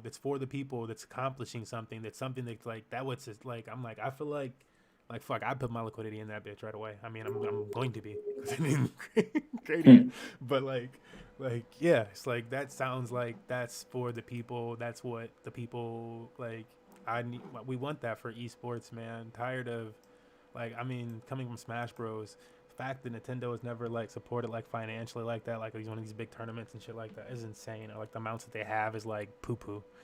It's like Money Match Gaming has given away more to the Smash Bros community, and most streamers actually that do any type of like giveaways or events have given more to Smash Bros than Nintendo. Fucking Nintendo. Like, embarrassing. It Embarrassing. is, but eventually Nintendo's gonna have to adapt or die. I think, like, because to me, there's no way I can go back to just playing regular video games now. I play video games here and there, but like once, and so I haven't found the perfect earn to play video game for me. But dude, if I could go and earn some money playing fucking Smash Brothers, like some of your players have, that's what I would be trying to do all the time. What Um, games do you like to play? We like as we expand, like we're gonna start me doing polls because like it's easy for us to uh, make it for tournaments and stuff, and we can I like to play games that you can cooperate with other people on, like Overwatch, or even like a good like player versus environment game, like Destiny's environment, where you're cooperating to shooting computers. Like I am slow now. Like I'm not the fastest gun in the West anymore. Um, so I don't play a lot of first person shooter games or a lot of battle royale games. But I do like competition and watching other people play those games and compete, and finding ways to reward them for that is what I'm looking to do. But when I'm looking to play a video game, I want to play a video game that I'm gonna have fun playing. right. And getting my ass kicked on Call of Duty or fucking Apex is not what I'm gonna probably play. I bought a I bought I bought Super Mario 3D World the other day. hmm That shit is lit, fam. Is it? Fucking run around like with That's the one like that's like multiplayer, right? yeah, it's up to 4 players, locally or online, and you're just running around, just doing weird shit in Mario, and then See, I I thought the other need one. I pre-ordered Monster Hunter Rise for the Switch. hmm I'm interested in that. I'm getting ready to play Pokemon Snap when that drops. Um, I hosted probably like 4 or 5 Pokemon tournaments Okay, yeah, it's a last year. Pokemon. So that was a lot of fun, and I even got to win one of them. I entered a few of them and actually won one. That was a lot of fun. That's what's up. And then so man, I just like to do crazy stuff. I'm not super consistent just because I'm Some always variety, I'm yeah. always doing different things, and I can never really nail down a schedule. But what I would like to do is just like have a platform for myself to talk about NFTs and talk about games, and eventually I'll get there. Um, and it won't be anything that's like tokenized or anything, but I just want to like promote good stuff. Like I like gaming. I feel like it's pretty easy to decide if a gamer's going to scam you or something. Like Yeah. if this game is crap, then you're going to know it pretty fast. And so that's what I try to do, is find games that are fun for me, and then find ways to incentivize other people to compete. Yeah. And Smash Brothers is a good game for that. Dude, I hosted a Apex tournament that was so much fun, and all we did was we streamed on Twitch, and then all the people who were contestants had to be Twitch streamers, and then we just like hop around to their stream hmm and like just watch them play their Apex game and just like commentate on it. Dude, that was a lot of fun. We, That's we dope. I did a couple Rocket League tournaments that were fun. Um, so I mean, it's just fun, like, and it just depends on your community, really. The people that come in and interact with you, that's what it's about to me. Right. Yeah. No, I totally feel that. Yeah. Community makes it worth it. Makes it fun. Um. Yeah. I vibe with like trying got a feel for your speed with some of these games. I definitely play a bunch of those. And like I don't know, yeah, excited to be able to move into more game. Like our Smash GG integration allows us to move into more games easily with tournaments, um, which is a lot easier to test the ecosystem and stuff like that first before like developing a specific matchmaking system for that community. So happy for that.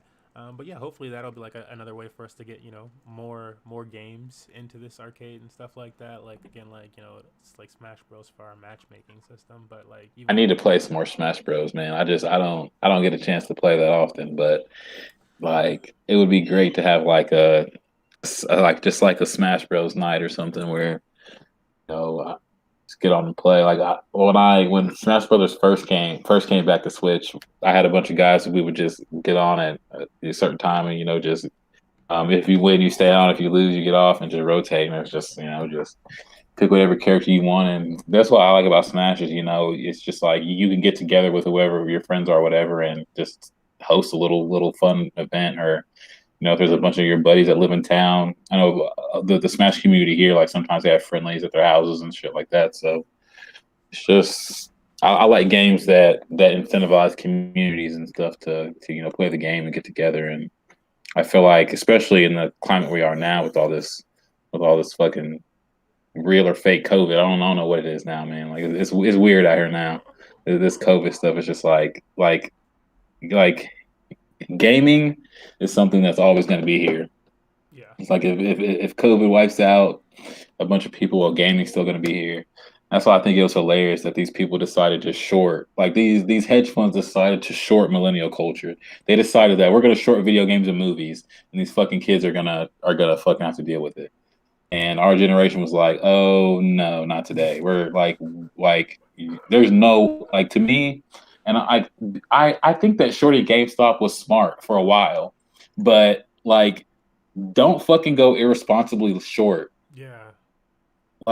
Don't fucking call your buddies to come and bail you out after you went irresponsibly short, got wrecked, had to fucking to me the mental gymnastics that you have to do to be able to buy a stock when you're short just to stay above water. It would drive me crazy. I would just sell my position. I'm just gonna take a loss, billions of dollars. Okay, I'm not gonna play this game with these millennials and these fucking these autistics on Reddit and try to beat them. No, don't do it. I understand if you want to short GameStop for a responsible amount of time. You're messing with the wrong people. Millennials do literally. If you looked at that Reddit, people said that they didn't care how much money they lost. They just wanted to destroy this hedge fund. You're dealing with powers here that you don't know what you're dealing with. And GameStop is starting to make a comeback now. Yeah. And hopefully GameStop's going to do something that will bring them into the next level. Yeah, I just think it's hilarious. Depending on what Coinbase does here, and most people are speculating that Coinbase is not going to do, a traditional IPO type of situation. But I believe you can already buy that. There's there's already a private sale and stuff like that. The token, or not token, but the shares are 300 or something like that. But I believe after Coinbase, depending on what they do with the situation, if they do this some type of tokenized system or whatever, with their IPO, I feel like a lot of companies are going to follow pursuit. I feel like Coinbase just plain having this IPO situation provides, it's just a big move for the business sector in the world to be okay, here's this company that's playing around with cryptos and they're doing what are these numbers though and stuff, how much are these people making? I think it's just really going to start to change the mood of a lot of these companies. You're just going to start, there's just too many companies, too many of these big companies, Tesla, the PayPals, the Square Cashes, and now this Coinbase, where they're playing in crypto and just making so much comparatively, because we don't want to stabilize the world economy. Because I'm honestly, that's all I feel like it is. Honestly, I feel like it's kind of stubbornness to not stabilize. We want it to be this way. And it's but you can't stabilize it. And in blockchain, if we couldn't stabilize a project, you would probably go make gains elsewhere and then come back to that project. Yeah, that's 100% what you would do.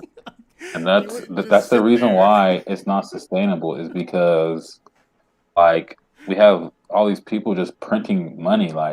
If we woke up and Bitcoin was printing Bitcoin, we would sell that shit to zero so fucking fast. It wouldn't people wouldn't know what hit them.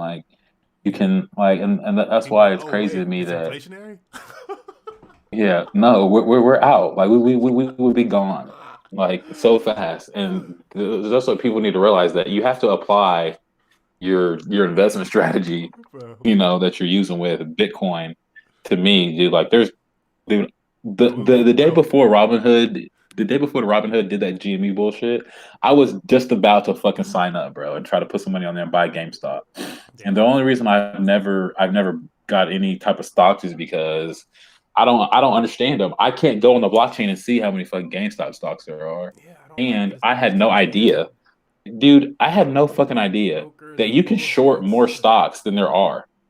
How does Yeah, that work? Like, how can you and then short more this like this more GameStop stocks than this there is are GameStop stocks? this is the other thing with stocks. It's like stocks are like the bad like these projects that we were looking at here and stuff like that. They're like these early projects before Goose DeFi even. They're like Pancake Swap before Pancake had to make a jither. They're like all these stocks are quite honestly all these DeFi projects that are popular and have millions of dollars in them and stuff like that. Except all these stocks are like them, except they're not listening to the community in the sense that if a stock is like, oh, our value is going up for the stock and this and that, well, we want to diversify, sell some of this shit off. And how are they going to sell it off? They're going to do it in the worst fashion of DeFi by Mm, like, yep. by creating more of the shit. They're gonna rug They're pull gonna you. create more of it and sell it. they're gonna they're gonna And half people rug think it's pull you. okay. They're gonna rug pull your ass and then buy back in on some Telegram. Oh, the devs are just waiting to buy back in, and then they'll burn. Like they're rug Goodbye pulling your backs, ass. bro. Yeah, bro. They actually did like the unacceptable of DeFi. That's what they're doing in stocks though. They're like, Dude, I we never made thought a, we about it like made a that, but you lot were of money, 100% so right. we're just gonna print this shit out. It's like what you don't want the United States doing. We're up in fury about that. It's a bad token. It's a bad inflationary token.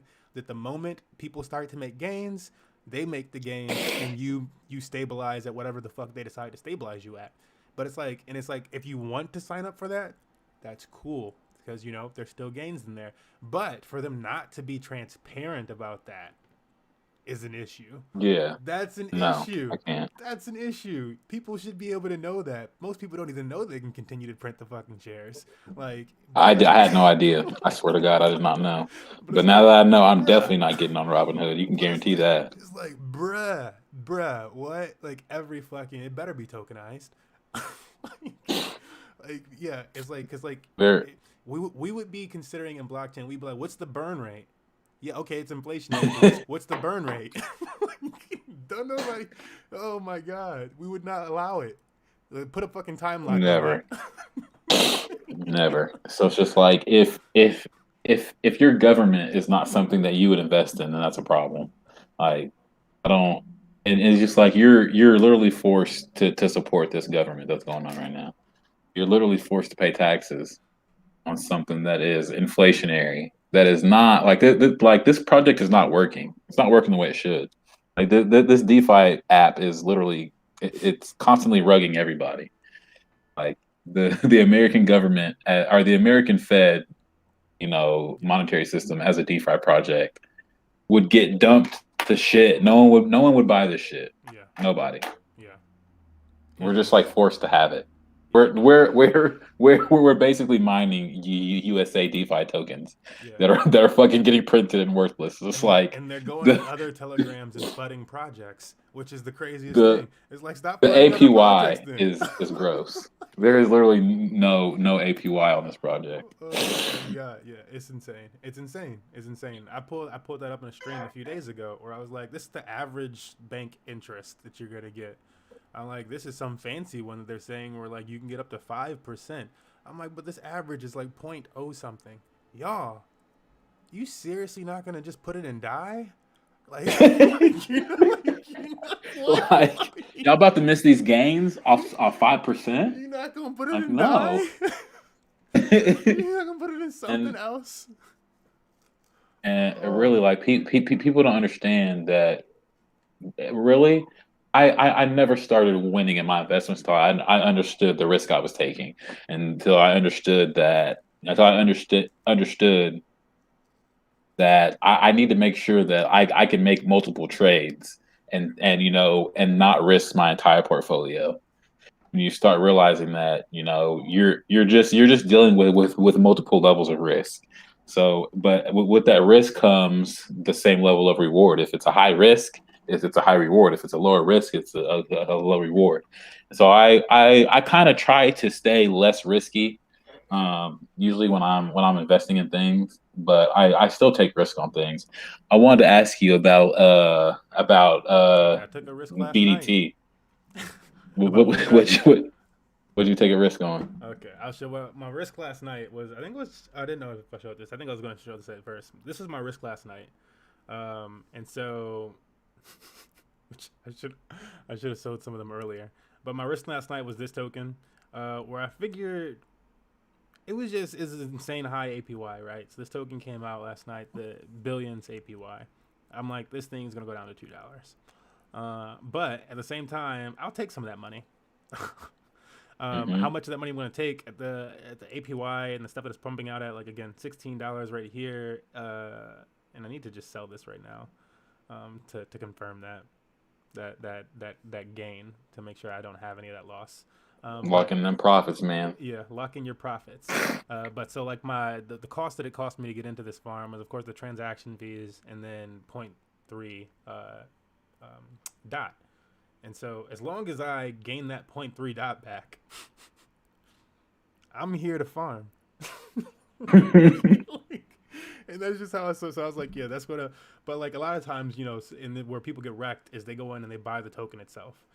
They go degen, and usually buying the token, pairing it up against something else is pretty degen, especially with like as we've been explaining, these are United States dollars type of tokens on steroids. You know, Yeah. yeah, these are U.S. These is the United States economy playing out on steroids. It'll go up. We just oh shit, we just got back to the 70s. We're $9 now. It went up $1. Um, but yeah, this thing is on fucking steroids.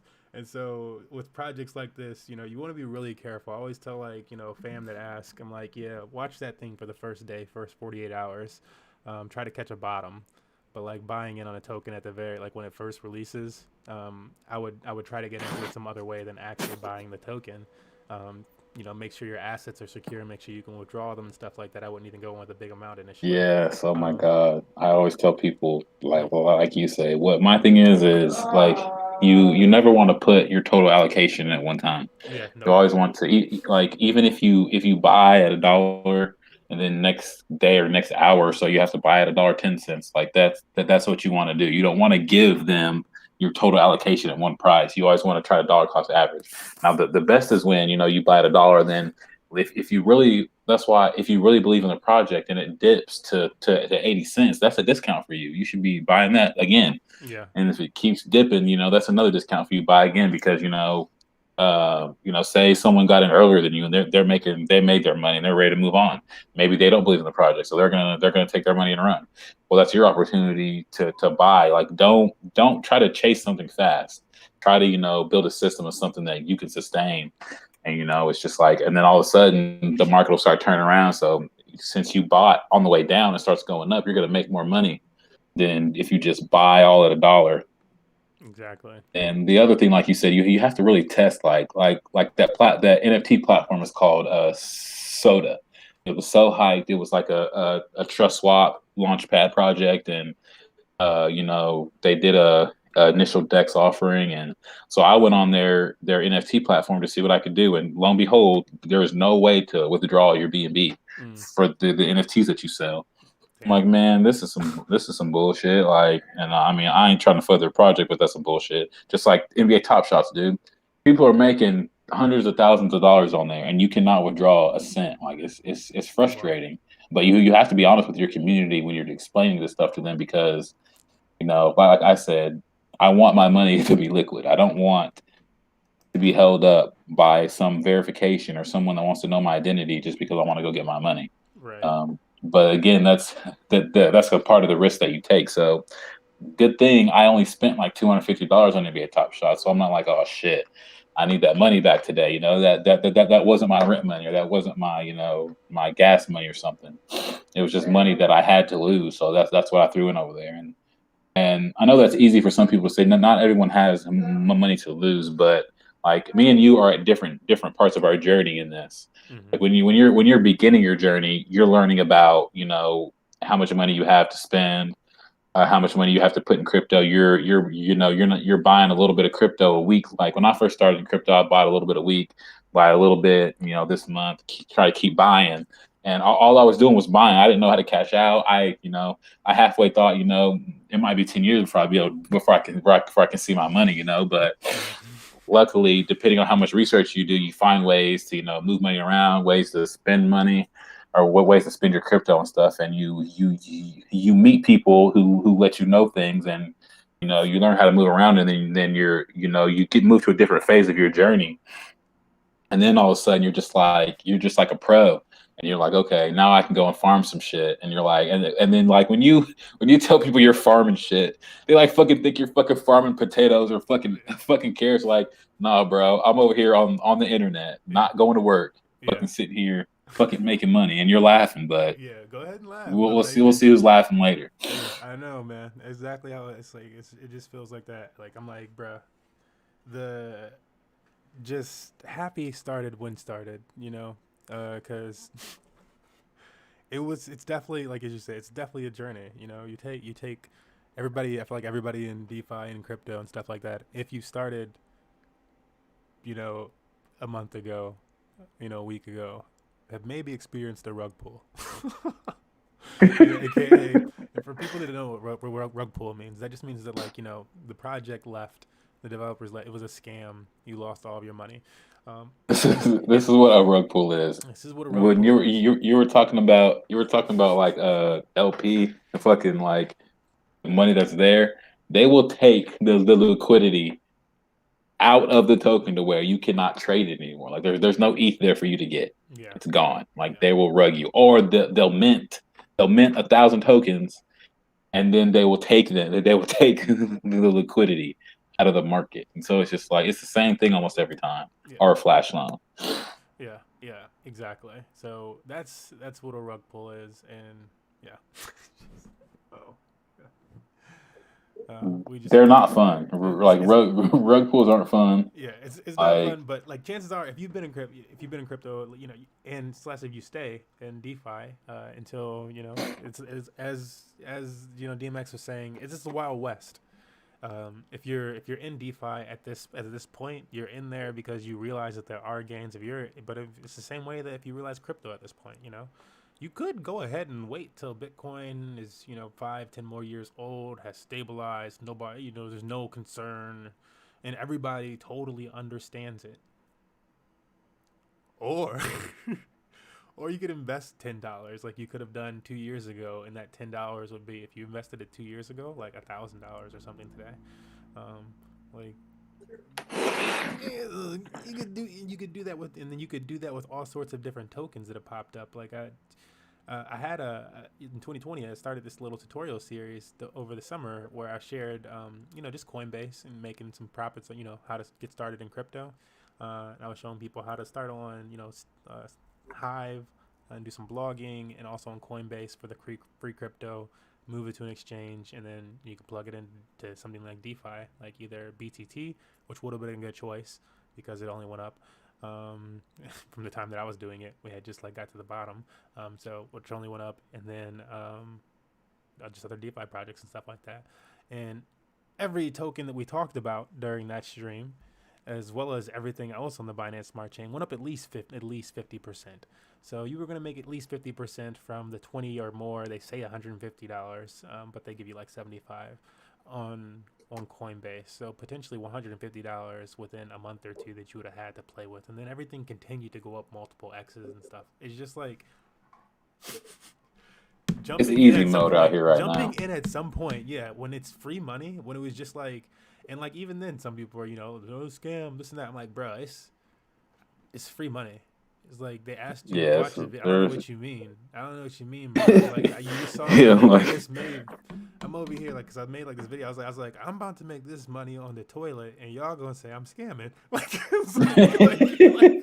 it's just like, bro, because if they say it's free money, and it's like if they give you it's just free money. It's Coinbase. As long as, and that's the thing, as long as they're not asking for your private key, yeah, if they're not asking you for anything, it's free money. You're just watching a video. Yeah. And a lot of people's experience in blockchain is scams. Like, dude, my first ever experience in crypto was a fucking rug pull, bro.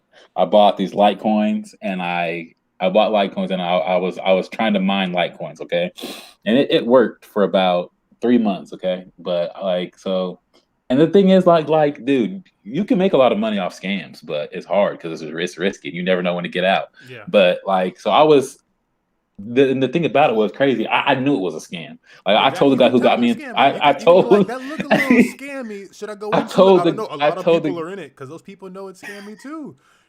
Like the I majority of told the them know. guy I told the guy who got me in it that it was a scam. He didn't believe me. But I'm like, bro, look at this website. Like they say they have all these partnerships. They don't have any of this. This is all fake. Like they don't have The Rock or anyone who they're working with. I'm like, this is not real. But like people were making money. Like people were making good money too. And so what I did was okay. I had my Litecoin in there, and what happened was you'd mine like 3% of your Litecoin a day. So in in like 30 days you'd mine a whole Litecoin if you had one, but you would have to like keep reinvesting and compounding it to keep really stack it up. So that's what I was doing. But when I was like, okay, well let me get my seed investment out. So okay, I got my three Litecoins out, which the Litecoins that I bought, when I bought them, it was like 150. And at the time that I got my Litecoins out, they were like it's like $75. So I'm down like 50% already.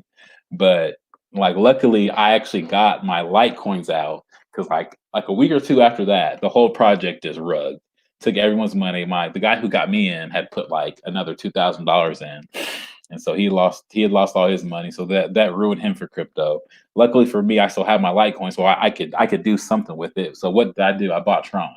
So I bought Tron at like 7 cents, and then I started learning about all these Tron projects and learning about all this other stuff. And as I'm losing money, like I said, I didn't make a lot of money when I first got in. Like as I'm losing money, I'm learning. Mm-hmm. And so the way I think about it is like a college tuition. Like you're Yeah. paying to learn this stuff, and so That's you're honestly the you're approach I learning, took to DeFi when I got in because I was paying Ethereum fees. I started on Ethereum, dude. and It's it was like at like August, September. Like it was like I missed the Uniswap thing by like one day. So like whatever was like one day after Uniswap gave everybody fucking tons of money. Um, the airdrop, bro. That shit was fucking lit, cuz, bro. Oh my Stop! You better not god, have gotten it. Uniswap, bro. Did you get it? Not on. I got it. I was so hyped, bro. Bro, Oh, that was when everything started popping, bro. Was when Uniswap did oh. that fucking airdrop, cuz not only did I think it was like $1,200, bro, and then all these other people Did you started just hold doing it? airdrops. No, no, Okay. no. Let's not go there. No, Okay. I did not Okay. hold I'm them. sorry. I'm sorry. I'm wrecked. I'm wrecked on that, dude. Let's go. You Let's. up, but you I wrecked. wonder You how up, but many. you wrecked. Dude, I want to know. I forgot how That's many tokens crypto they though. You gave up? people. Crypto is you're up, but you're wrecked. So then after Uniswap did their airdrop, all these other tokens were like, okay, let's just all do airdrops because it's the fair way to do a token launch. Mm-hmm. Do an airdrop. No one has to pay, but you incentivize people to provide LP for the pair. So people provide that for the pair, and then people can go and sell and buy tokens. Just like that set a standard for everything. It's just like, dude, like Uniswap literally paid off people's fucking like their fucking their schooling That was a bills, their stimulus school check. debt. That was Bro, it was a stimulus. whole stimulus check. And if you would have provided literal LP somewhere on Uniswap, you would have got way more. And then if you had more wallets, you got way more. Yeah, So it was exactly. just it People, I was it didn't was even just realize the multiple wallets for it failed was crazy, transactions. They man. said, "I'm like failed. It I was missed it crazy, by bro. failed some failed transaction," and it was only because like at the time I was doing my research, so I was in my Yeah. research period for like multiple Hmm. weeks. I do research, and like especially like this is how cautious I am. Like our initial investment in crypto was zero. Like I was like I'm not gonna touch it. I need to make money. I'm like after I make money from doing something, I don't care if it's working for people or coding something or whatever. I'm gonna find some way to make money, and after that, and I make some money with that, like trading it or something like that. If it goes good and it's stable, then I'll invest something. And so like 3 months after I had made like a nice little stack, then I invested my first dollars, and it was like October, and I invested in my first coin that I bought on the exchange was ADA.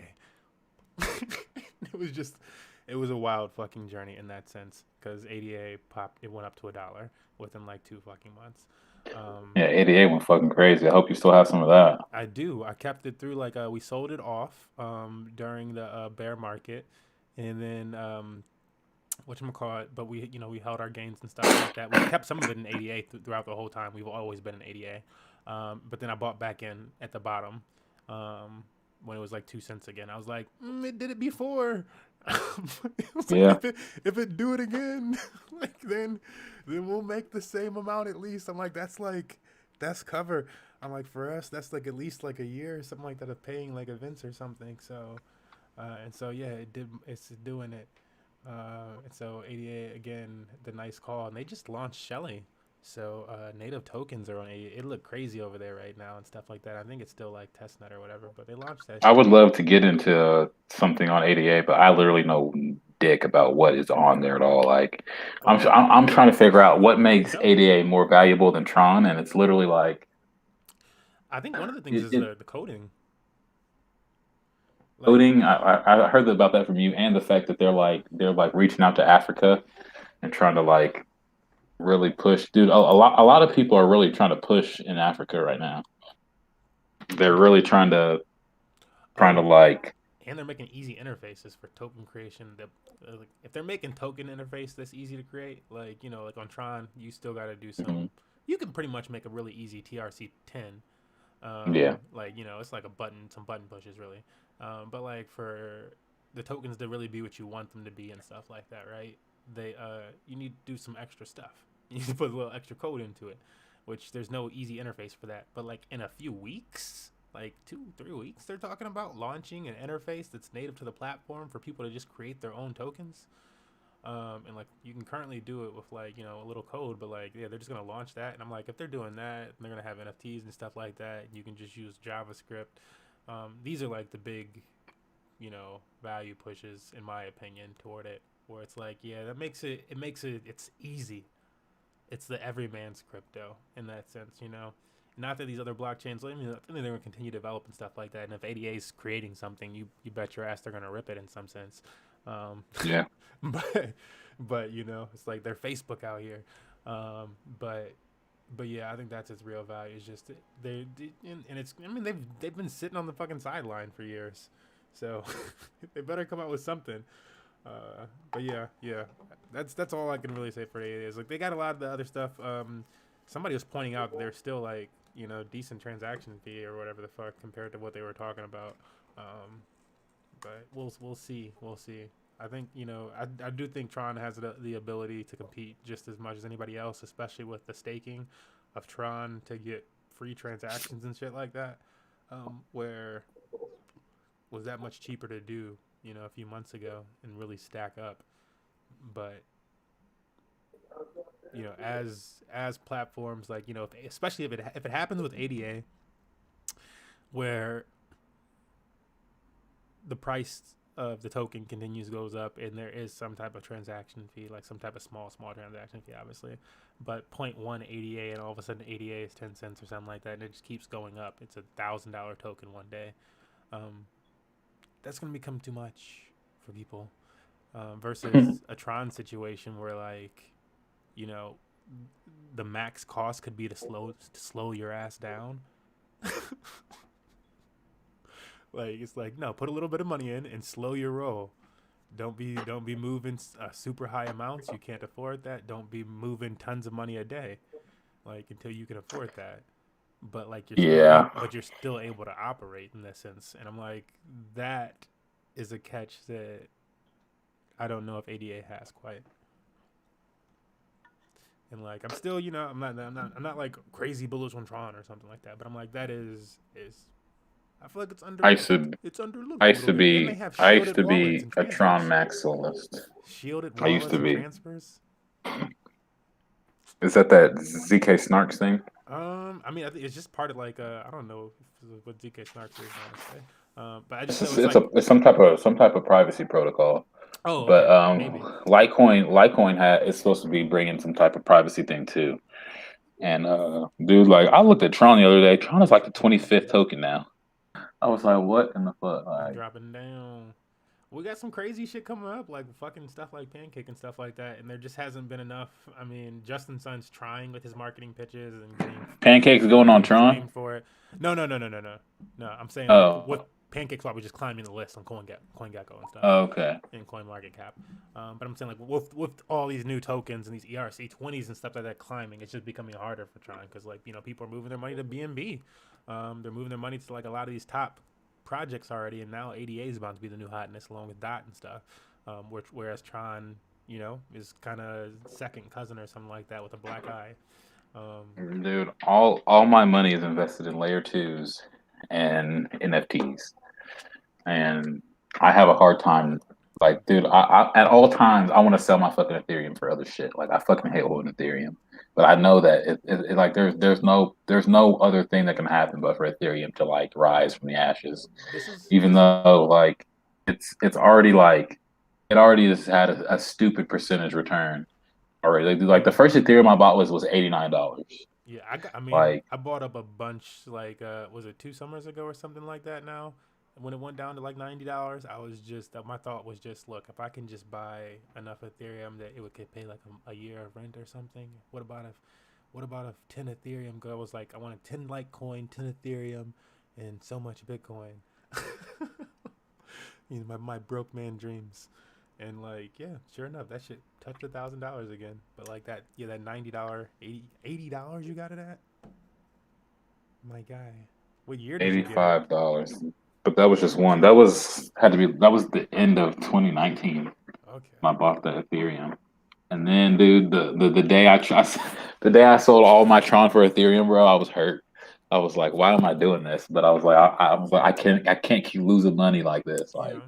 It was so frustrating. I'm like, I'm just sitting here holding Tron, just holding my dick in my hand, thinking I'm just like this like freaking like cyberpunk like trailblazing, trying to get people on the Tron blockchain because it's cheaper fees. And I would still tell someone to learn about blockchain on the Tron blockchain because the barrier to entry is so low.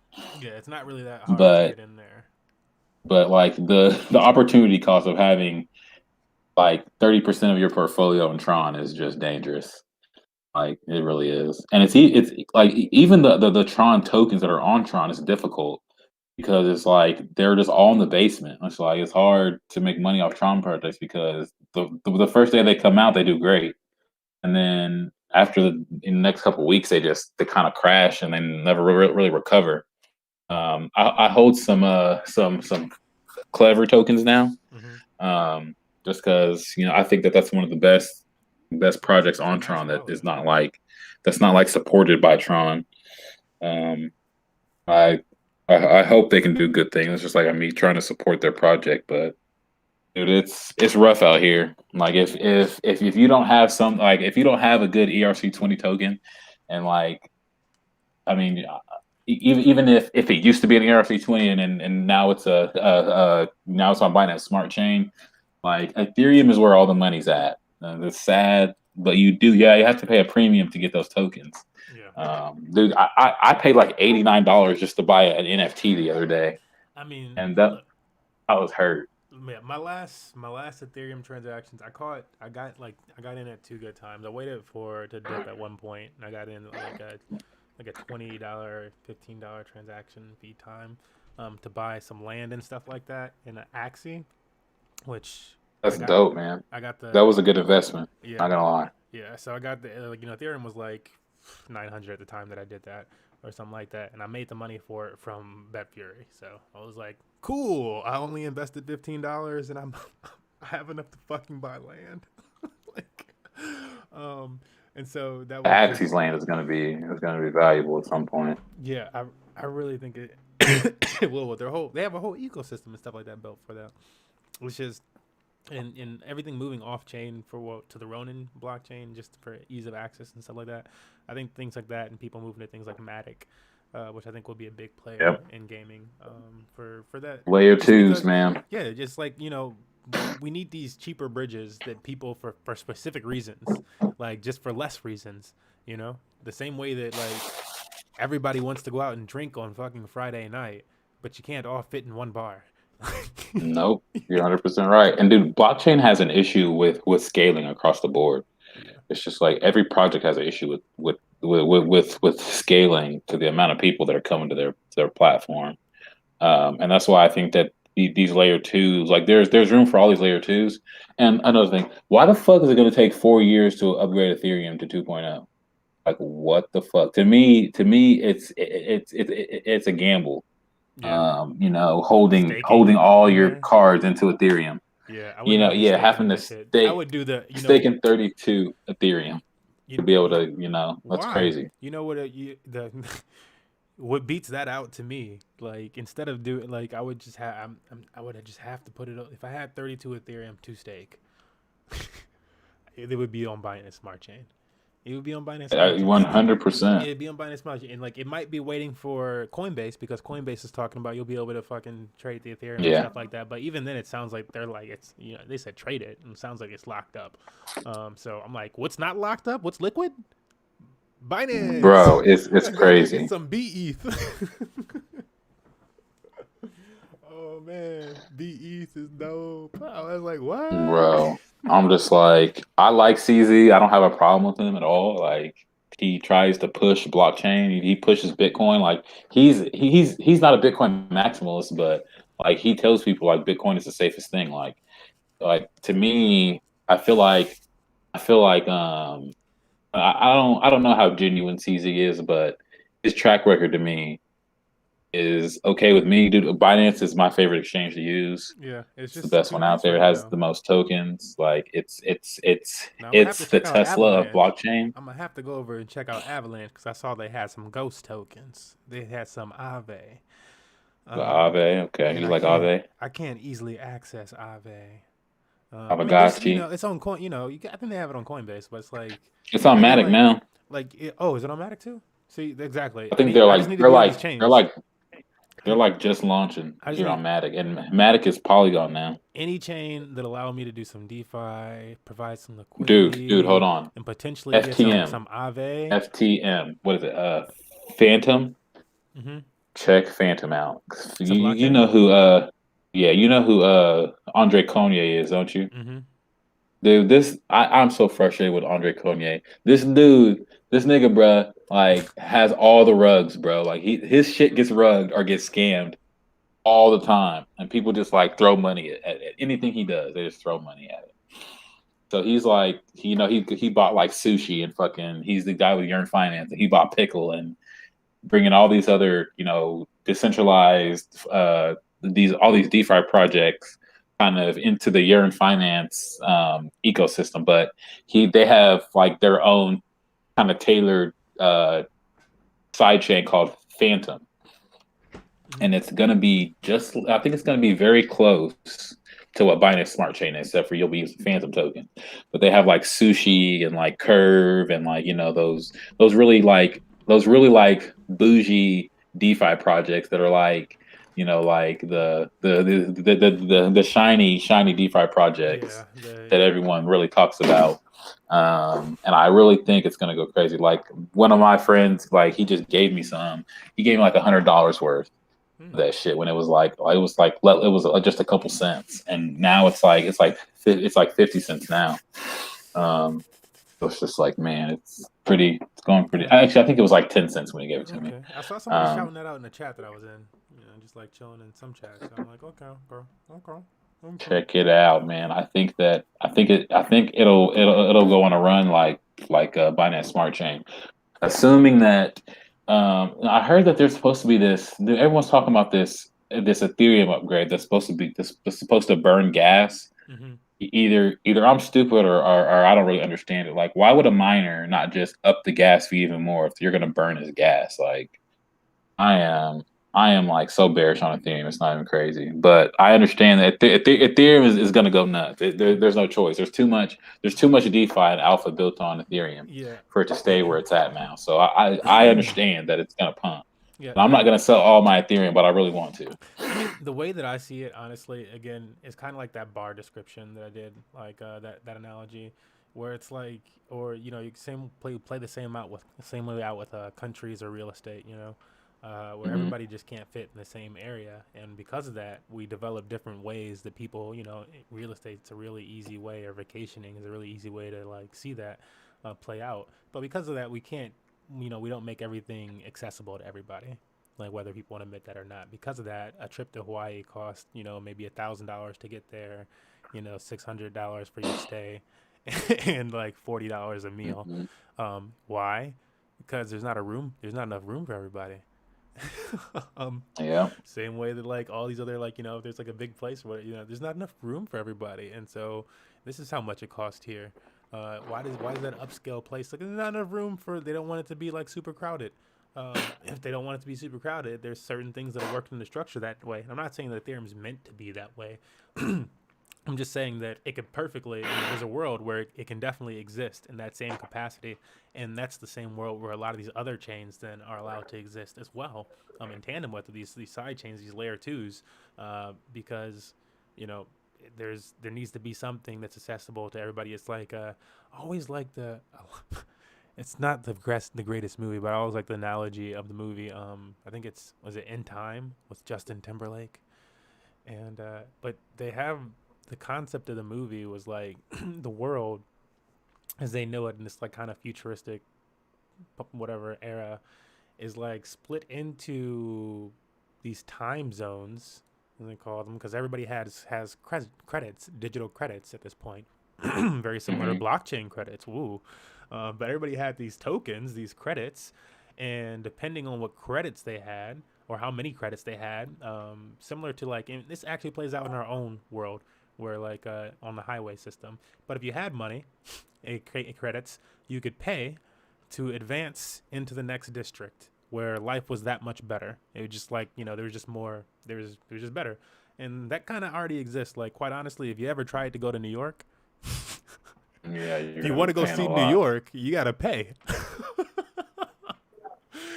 And it's not the Ain't only gonna be part of our cheap. country. It's Chicago. You got to pay to get into Chicago. It's not as much and stuff like that. Depending on your route, though, you going to pay to get into some places. Depending on how you want to get there, you got to pay to get in. Same way with bridges and different blockchains and stuff like that. So that already exists. And that's why I like the In Time movie, because it like had this whole system where like, he started off in the slums.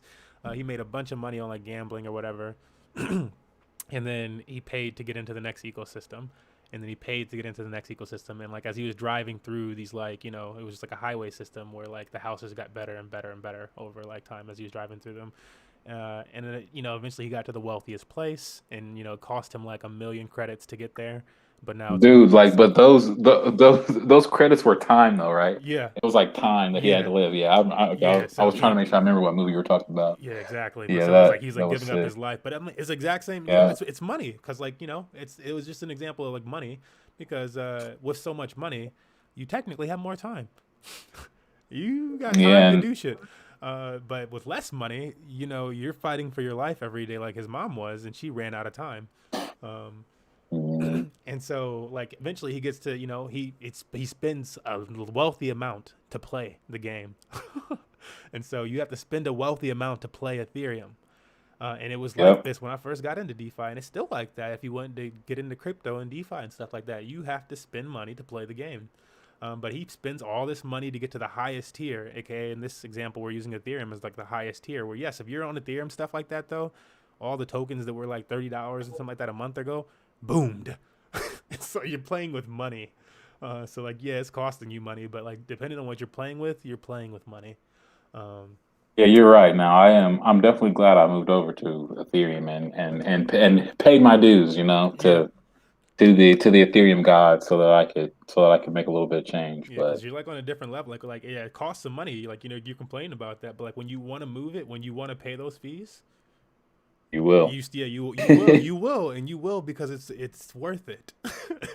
You Yeah. will because it's worth it, because since day one you realize, damn, that happened. Okay. like all right, it was popping over here. Even the scammy, okay, we popping. Yep. We popping. It was like that. And so like you might have paid at some point, but like, and so I think that type of thing is still going to exist, because like for us, more normal folk, it's too much right now. For somebody who's a billionaire or something like that wants to just buy into Ethereum, wants to use some type of protocol or something like that because it was dope, and they want to expand upon that because they can, and they want their friends to be able to expand upon that because they can. They're gonna do it. They're going to do it, and they're going to know that you can't do it the same way that you can't currently invest in all the financial structures that actually exist right now. You can't because you don't have the licensing and anything else that you need to do so, but they can. And so Yep. this difference in money is like almost like whether it was planned or not, perfect for them. They're happy.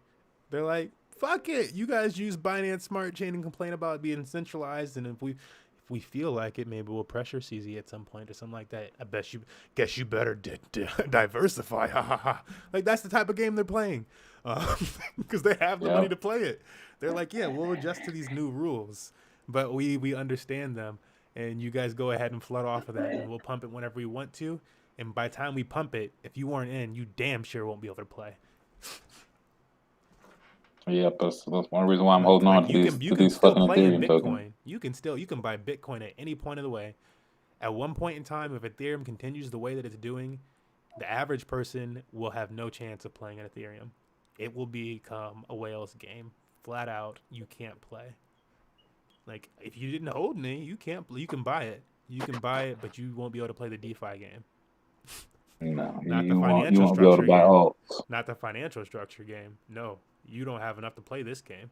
Like you need Dude, at so least what this do you much. use? What do you use as a bridge for your? Do you ever bridge your tokens back to Ethereum? I haven't. Well, not in a while. Like I've used Burger Swap, but that's horrible, right? Um, Download SafePal. There's an app called SafePal. oh, So okay. I bought this SafePal wallet last year. I bought a couple of them, and they ended up doing an airdrop, which was crazy and great. But they have a built-in bridge, and you don't have to have the hardware wallet. You can like upload a software wallet. You can even import your private key over there. Which I don't know if I would advise you to do that. But you can start a new wallet, but they have a built-in bridge, so you can like bridge your tokens for pretty cheap, and it takes like 20 minutes. I've done Okay. it several times. They also have swaps. They have Have DApps too. Have you used Um, because like I have like a few like places that I like to use that are like like I feel like the 20-minute bridge thing is pretty typical right now, right? mhm. You can feel like have you used AnySwap? Any swap? No, I have not. Yeah, I used AnySwap the other week just in case they ever decide to do some type of third party token drop or whatever, because they already had any's already like their token is already farmed. But it's on Binance Smart Chain and Ethereum. Their token is Any, and you basically you use it to bridge between Binance and Ethereum. You Hmm. can either buy their token and then swap the Any token and then swap it, or you can swap any ETH. Like if you swapped your Ethereum into any ETH and then swap it through, but it just works as it's pretty decent fluid. Like obviously you have to approve stuff and blah blah blah blah blah. But as far as like time consuming and wondering where your assets are, you're pretty much watching them as you're doing it. So That's what I like. I don't like not knowing where my shit's at, yeah, and so like that's one where dude. I want to make a tutorial about that. Like so just actually do the process. One other like after I did it, like this YouTuber that I like, Thomas G, actually covered it too. He's always covering things really early. I like him, so I'll shout him out. Crypto Talk for folks. Like usually, if I find something early and I'm like, this was fucking gains. Should I share this? Is it too risky? Oh no. And then like I'll be like, like next day I'll be like, okay, it's settled down. This is good. This is good. And then Thomas G will be like in there with a video like, yo. But he also shares the too much risk, like shit like Yoshi and stuff like that, which I'm like, oh Yeah, no, it's a little yeah. risky for me. Dude, like I always try to like I have a couple groups I try to share like stuff that I find interesting. And dude, like this last week, it was like so that cake lock was a rug. But I updated it and let them know like, look, this is looking scammy. And then when that fucking beaver picture came out, I'm like, yo, like this is looking bad. Like this looks pretty scammy. Like if I was to put my chances that this is a scam, like after this fucking tweet right here, like I'm selling, like sorry. And then so then they were like, okay, we're gonna give people who locked their tokens a refund. And it was like point one BNB per BNB you had locked. And they were trying to say that they weren't scammers. And I'm like, That's a scam, bro. You just took all yeah, their money. this Where'd is the money scam right here. go? Like Yeah, like there's no what like but you're trying to the save thing is yourself even. The thing is, they didn't like rug. They just like they're I don't think they But took that's the, the the new liquidity rug. out. But that's the new rug.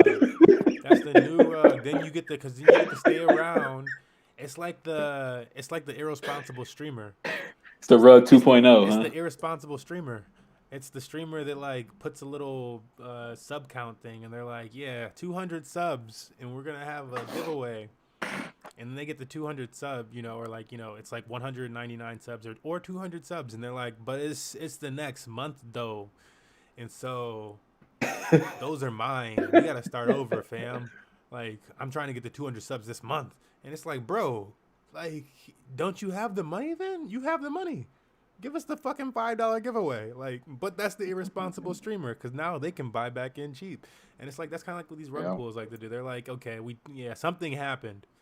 We don't know. They ran away with it. Look, that person ran away with all the money. They But raised we're gonna stay here. 5,000 B and We're B, gonna stay here and and then work like for y'all though. yeah, they provided like 5,000 B and B, and then provided like half of it for liquidity. And I wonder where that other 2,500 B and B went. You know they're on an island right now, fucking shopping on Binance or some Yeah, shit. they over here shopping on BSC chain. They over here like, oh, we're gonna throw it in every new project. We're inflating at 50,000 and just playing the swing trade. Fools, ha ha. Like. Oh man. Yeah. I can't wait to see where we are in like 5 years, man. Oh my goodness, bruh. Yeah, I would like to be some hands. I'd be good hands for projects. I would not just dump your project. I want to be like a I would VC, be I not would be not not. responsible hands. I want to be like someone who just like gives money to projects. Like, Same. okay, this is a good project. I I mean, mean, that's what the esports compendium. You know what I'm saying? We need to bring you into this.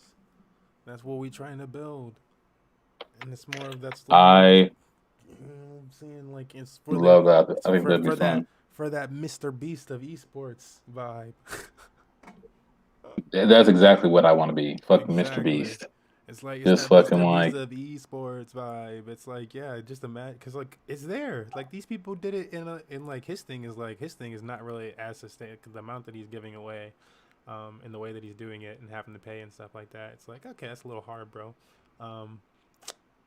But especially if people can like keep their assets and do something with the things that they're getting, then it's like, I don't know. It becomes like it becomes very similar to like a subscription model that just like works better. It's like, yeah. oh, I could do that with my things and still, so I'll pay it back. And then, but we made this decision and that helped okay. How is this cycling so well? Dude, there's a platform now where you can you can you can borrow money for an NFT. Like, so if you have some fucking crazy like LeBron Top Shot moment that's worth $100,000, you can fucking take it to a pawn shop basically on DeFi, fucking borrow $50,000 and fucking go ape into some shit, make a 10x and go get your fucking LeBron moment back. It's wild. Yeah, It's wild, bro. This shit exists. This shit does exist. But anyway, man, I'm gonna finish up here at work, man. I could go on forever. Right. Thank you so much for having me, man. I'd love to come back whenever. Yeah, no, lovely chatting today, man. Lovely chatting. I'm like, yeah, I went on a little longer than I usually do, but there's just we had so many different topics. I feel like I can definitely split this up into a bunch of different great things. So yeah, awesome chatting with you today. We've been chatting with DMX Crypto Night, and I don't know if there's any links or anything like that, or any new projects that you want to speak about before you exit, or yeah. Not specifically. I don't want to show my bags too much. I already talked about what I'm into. I feel like I like what you're doing. I like that you're educating your community, man, and I feel like you're not trying to run a fucking pump and dump scam, and I appreciate that. And any way I can support you guys and what you're doing, definitely let me know, man. Thank you. I mean, yeah, it means a lot. It means a lot because yeah, we try. We feel like the world needs more, just good and people trying to do the right thing. So thank you for acknowledging our efforts. It does matter. It makes us want to keep going. But yeah, this has been DMX Crypto Night. It's been your boy MMG Smurf. Take a little break here. I'm supposed to be playing some games and stuff like that. I don't know. We might have to adjust schedule. I'm gonna see what we do next. What we get into. But yeah, thanks for joining us, y'all. And thank you, DMX. Of course, man.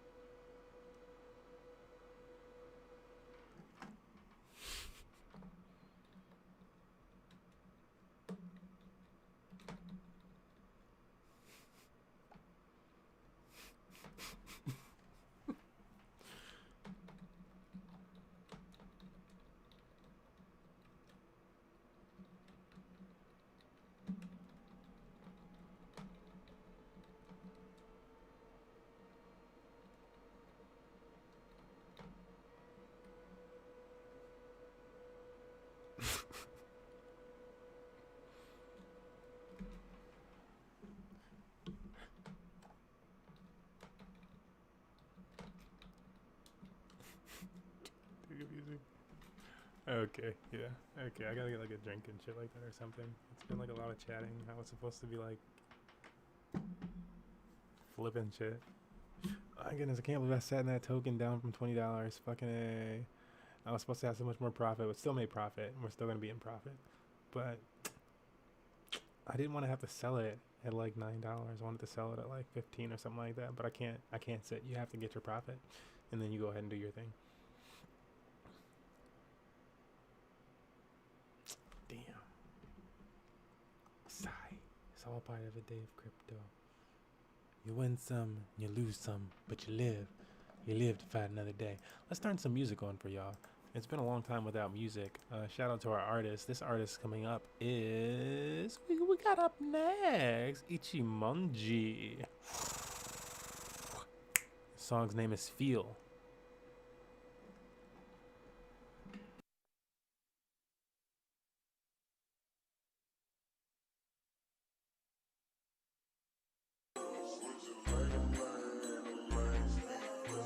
I gotta start this back for y'all. Y'all gotta hear this pump all the way up.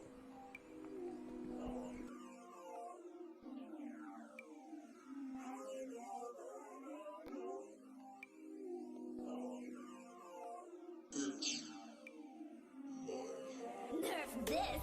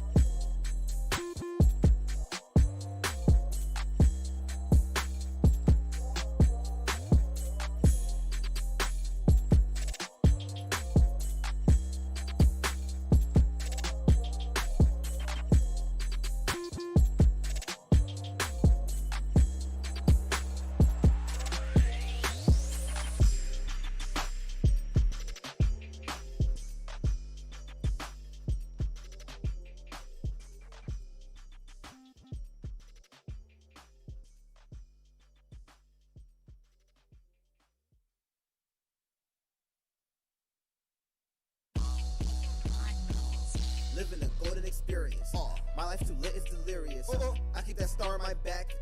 Look at my face, can't fear shit. Built to the top like a pyramid. My lineage lit and it's serious. Bring the beat life like Jorno. Young gang star flip the kill switch. Jojo, pose, pose, pose. Jojo, pose, pose, pose. Jojo, pose, pose, pose. Jojo, pose, pose, pose.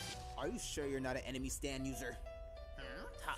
Air to my knee, not can't stand niggas. Gangstar, gang moves, hands get bigger. Rock, paper, scissors, my hands too different. Move like Bruno, might dip in a zipper. Shooting shots, purple hermit, put you in the picture. Shoot shots, gun loaded, feel like Mr. I've been with my dog like Iggy. Avd all mindset, fire flame with me. Still came with the water, bitch, I feel like Misty. Waifu with me, she missed me, she kissed me.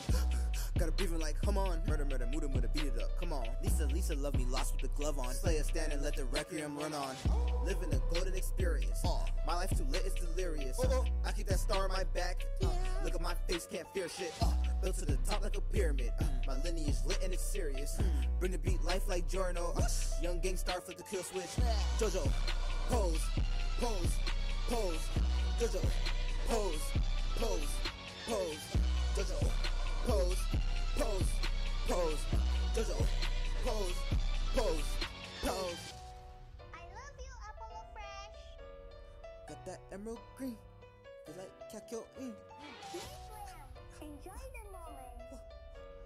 Got that emerald green. Feel like Kakyo in.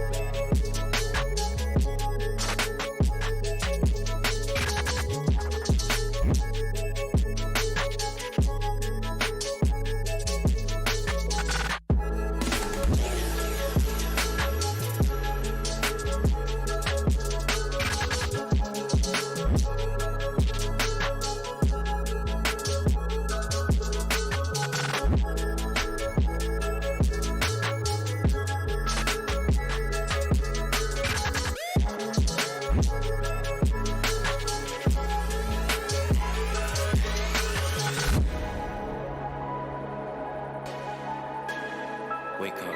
Wake up. Don't fall asleep. Don't fall asleep. Open your eyes. Wake up.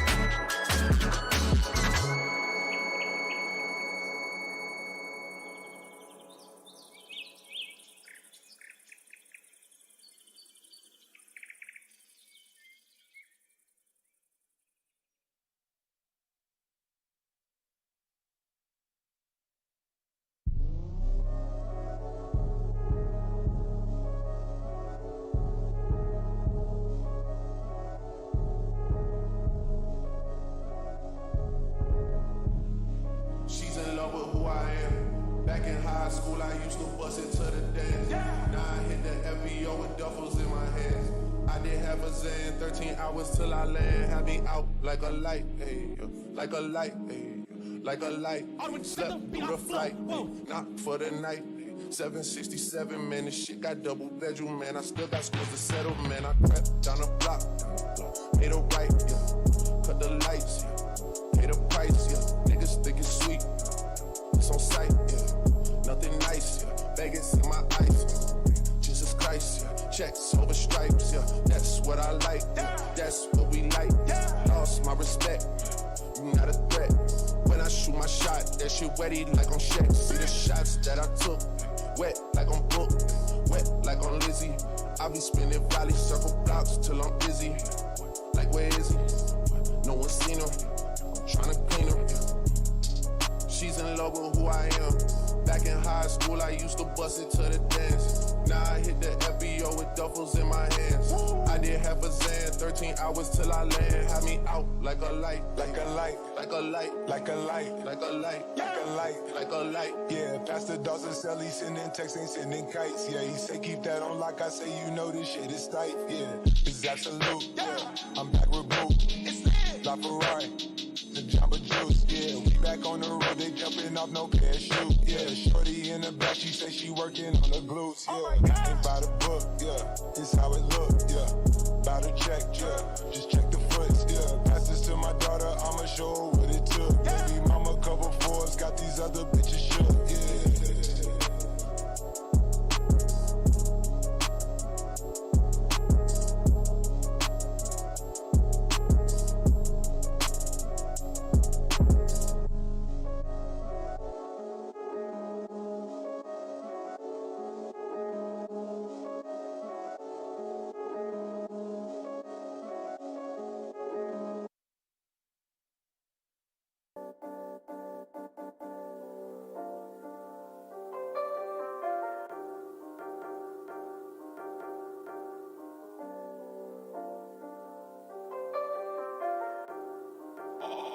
Omar on it, come.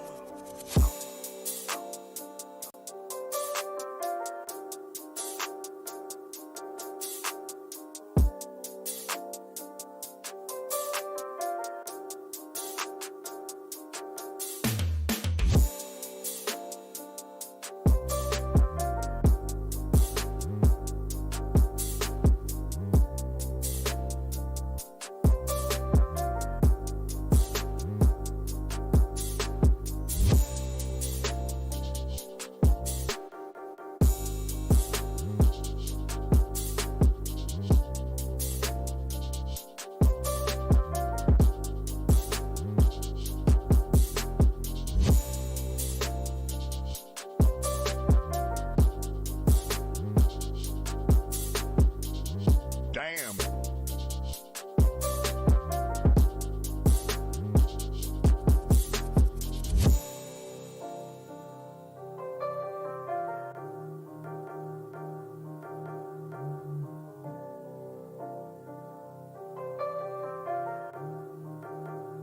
Multi-Rex.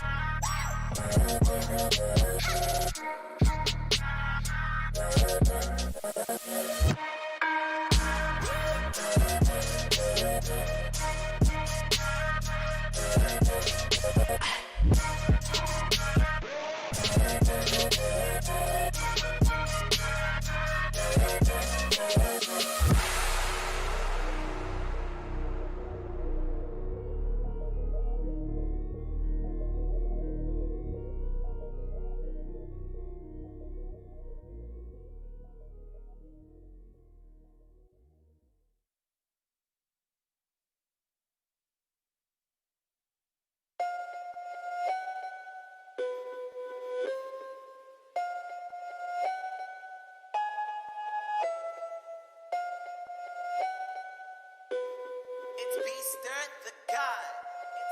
Ja, boy, oh my, dropping hit, dropping hit, dropping hit.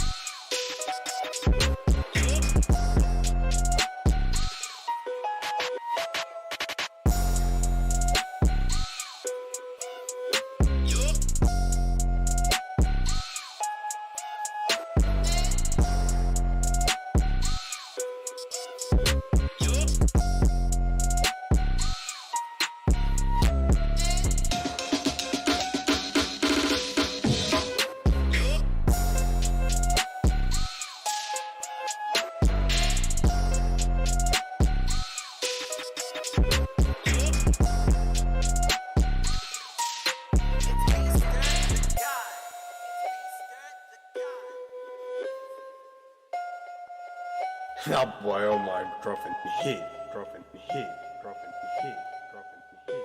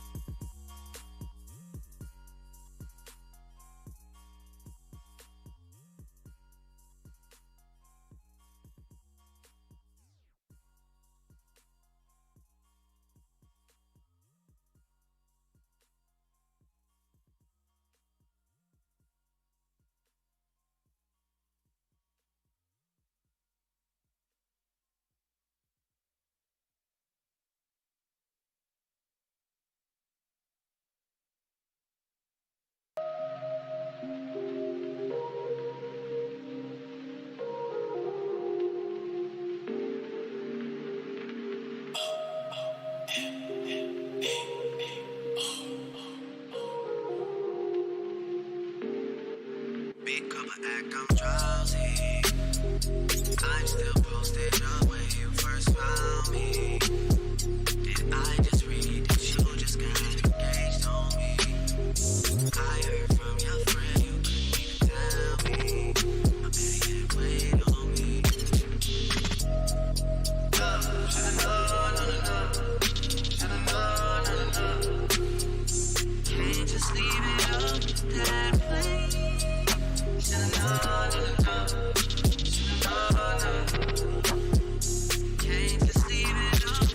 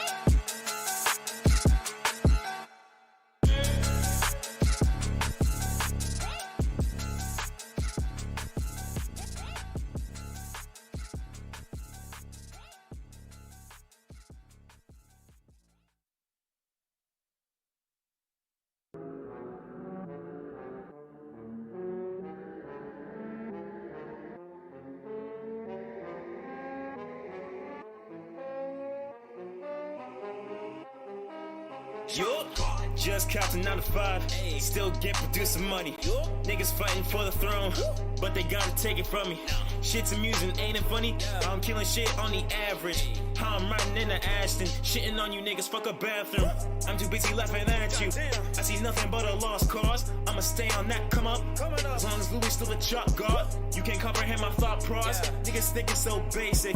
Y'all can't ball like me, cause I invented ballin' James Naismith. Look so ugly, need a facelift. I need a break, so back off of me.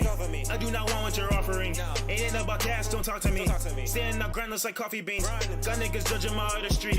I ain't the blood, but I've been pumping out music to the fans like arteries. People wonder how I'm spitting, and I don't even have a booth. You niggas lose. Y'all cannot match the kid. Your pocket skinny like a luge. I got the juice and the ingredients for it. These niggas lost, they looking like tourists. Ain't no such thing as a pit stop on the road to riches, so I'm about to floor it. Yeah, and I'm only getting started, bitch. Switching up the flow, that means you better take precaution, bitch.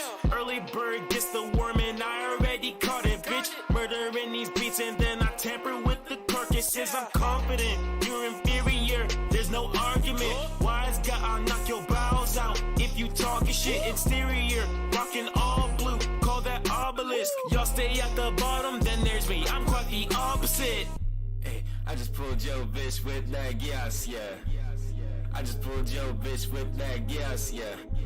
She do whatever I say, she do whatever I say. Hey, she do whatever I say, she do whatever I say, yeah. I just pulled your bitch with that gas, yeah. I just pulled your bitch with that gas, yeah. And she do whatever I say, she do whatever I say. And she do whatever I say. Yeah. Well, in case you haven't heard enough, I am that of a different species. If I hear one more verse from you rappers, I might get diabetes. Me and my fam eating, I got a plate full, cause I'm hella greedy. Just don't get in my way or I'll squash your ass like zucchini, cause I'm getting that. All of my verses, I'm spitting facts. You might not leave with your head attached. Pockets swell up, my neck getting fat. Fuck on my crew, leave you in a cast. Got your girl on me, I'm finna smash. I run this shit, y'all get overlapped. The team is dubbed DFA, bitch. Do I have to remind your ass? I just pulled your bitch with that gas, yeah. I just pulled your bitch with that gas, yeah. She do whatever I say, she do whatever I say. She do whatever I say, she do whatever I say, yeah. I just pulled your bitch with that gas, yeah. Yeah, I just pulled your bitch with that gas, yeah. And she do whatever I say, she do whatever I say. And she do whatever I say, she do whatever I say.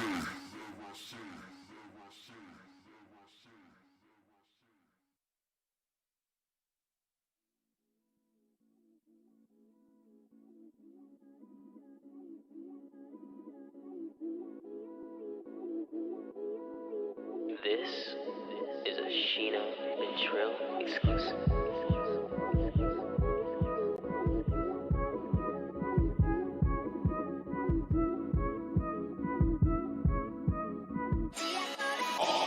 Omar on it, come.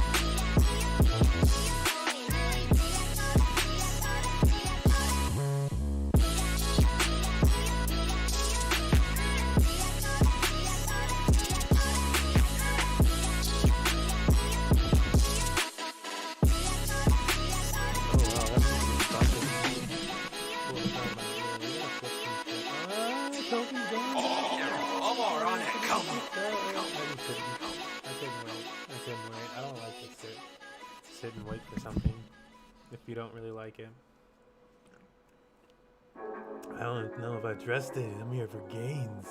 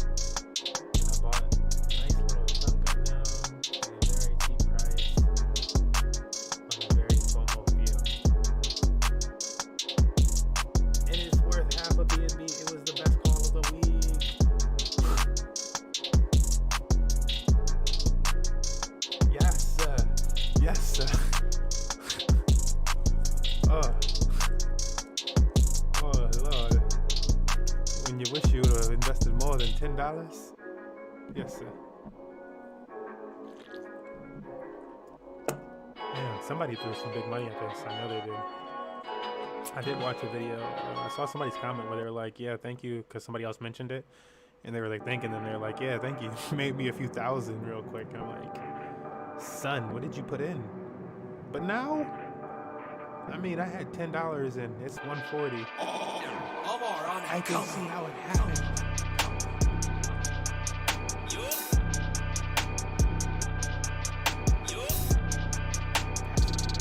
I'm like, this might be entering altcoin bull market. That's too awesome.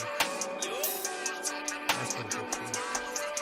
I don't know what to do. I was like, I'm skeptical on it. I would have thrown in more, but I was like, bruh, there are other 2 other platforms that do the exact same thing.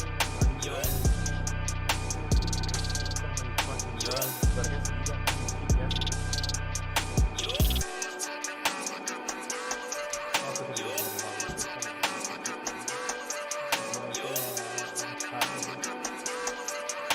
Research pays in crypto. Doing some research, taking the time to read that white paper, which is normally just a Medium article. Make you some money, make you some double profits in 24 hours consistently. Not financial advice.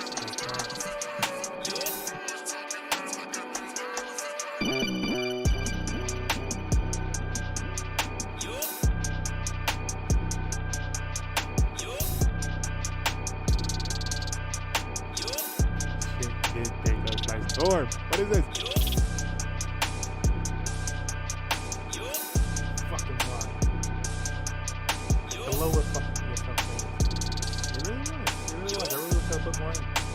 Got this thing like I like to buy any token I find on the blockchain. It says it's gonna do something decent, and it's under $1. And most of these things, if you compare them to Ethereum, go over $1. So you could just sell it.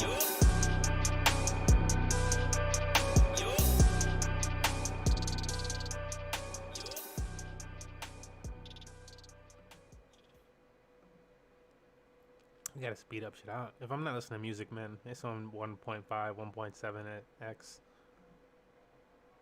Like, who has time to listen to shit in real time?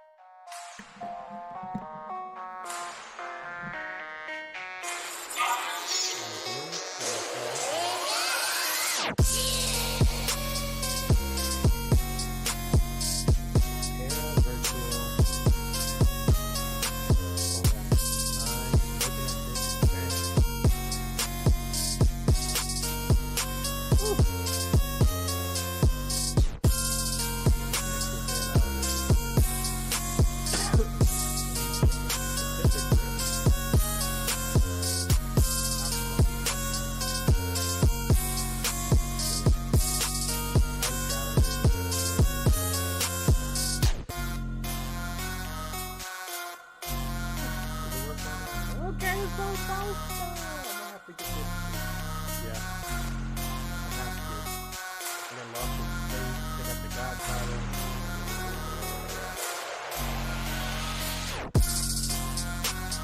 What's the marketplace? The marketplace. Oh, shoot it. Oh, he told me that we were just going to look at the marketplace while we were live.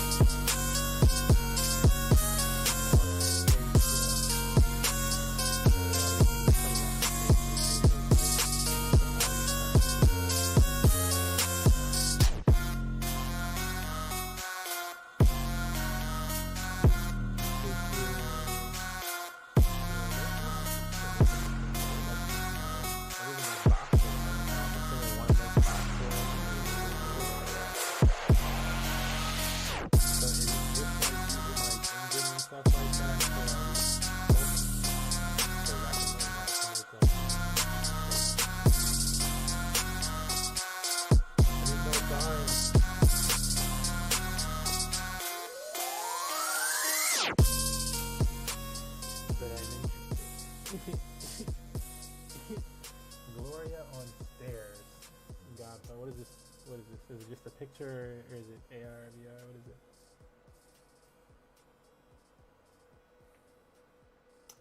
A monochrome closer. Nah, son. I'm interested in the A's and B's only. They got filters for that or not?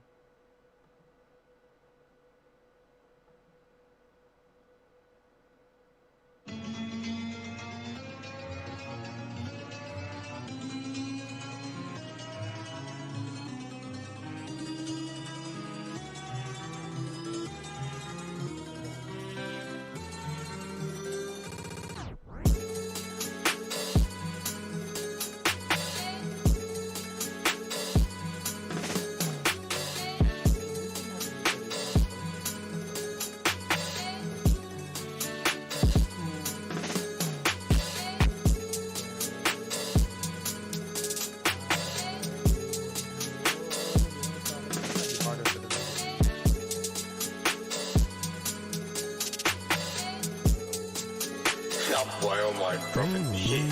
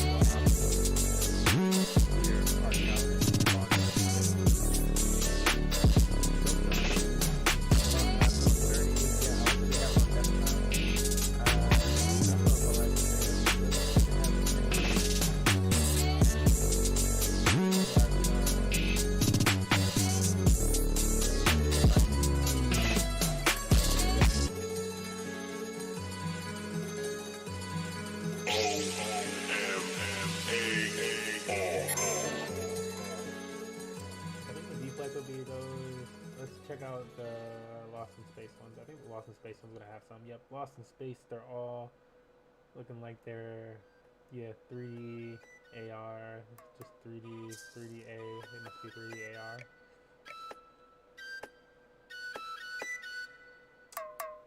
Cool. So 3D AR lost in space for about $60. That's about what most collectibles are going for on listing price until they're sold out. And then they work a lot more. A lot more the moment they're sold out. Let's check out Hermes link, ice blue mink, tat on my wrist like I do not know what permanent is. They want me gone, wait for the kicker. Bury me now, I only get bigger, that's word of my nigga. Yeah, I told a firm in the cut. Stay at the top like I'm stuck, that's just how I'm giving it up. She wanna get married tonight, but I can't take it because I'm wearing all white. Me and my bros getting twins, but we don't look alike. I don't take naps. Me and the money are way too attached to go and do that. Muscle relax. That in the split put me right on my back. I gotta unpack. Butcher in black. I could go make no money off that and not even rap. What's that? Facts. Contract max. I gotta bring this shit back. Hermes link. Ice blue mink. Tat on my ribs like I do not know what permanent is. They want me gone. Out of the picture. Bury me now, I only get bigger, that's word of my. So their NFTs will be losing. I'm so hot, yeah, I'm so right now. Who's not gay, bitch, let me find out. Coming to VV. Keep hearing things when I'm talking on the iPhone. And this place already just has. Fans in the city hate to see us on a high note. And VV is strictly like. I switch flow like I switch time zone. Everything is on VV. Can't get no boo, but you can't get mouth on. Which I like. Gotta do mansion, cause I own a condo. Gotta do Maybach, she wanna fuck on the drive home. That's cool. Yeah, metal once and I got through. I'm never washed, but I'm not new. More of a Pacific Rim than Austin Space. I know I said top 5, but I'm top 2, and I'm not 2, and I got one. Thought you had one, but it's not one. Legendary for $65. Hermes link, ice blue mink. How many of them are created? Tat on my wrist like I do not know what permanent is. How many of them? They want me gone. Wait for the kicker. Bury me now, I only get bigger, that's word of my nigga. 60. 23 left.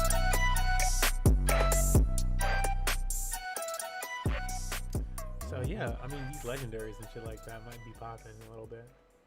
Like I bought up one of the. I gotta see how my. I bought up another one of these NFTs on the VV app so that I can have two, so I can sell one and try to earn more tokens, and then I can use those tokens that I earned to buy more things on listing price, and not have to buy any more money potentially. I might have to do it one or two more times though. Like I might have to buy one or two more items, like one more Batman or something like that.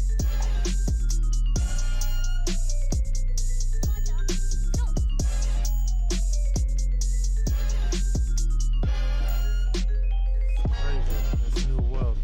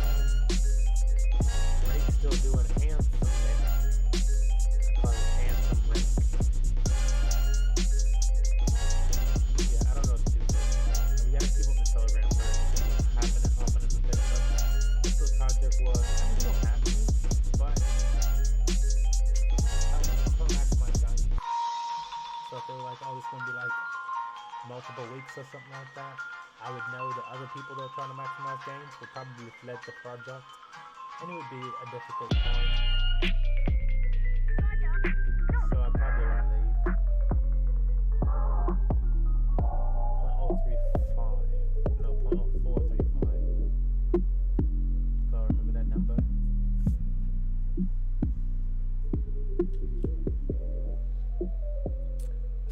Tonkets. My guy say tonkets. That is fucking hilarious, though.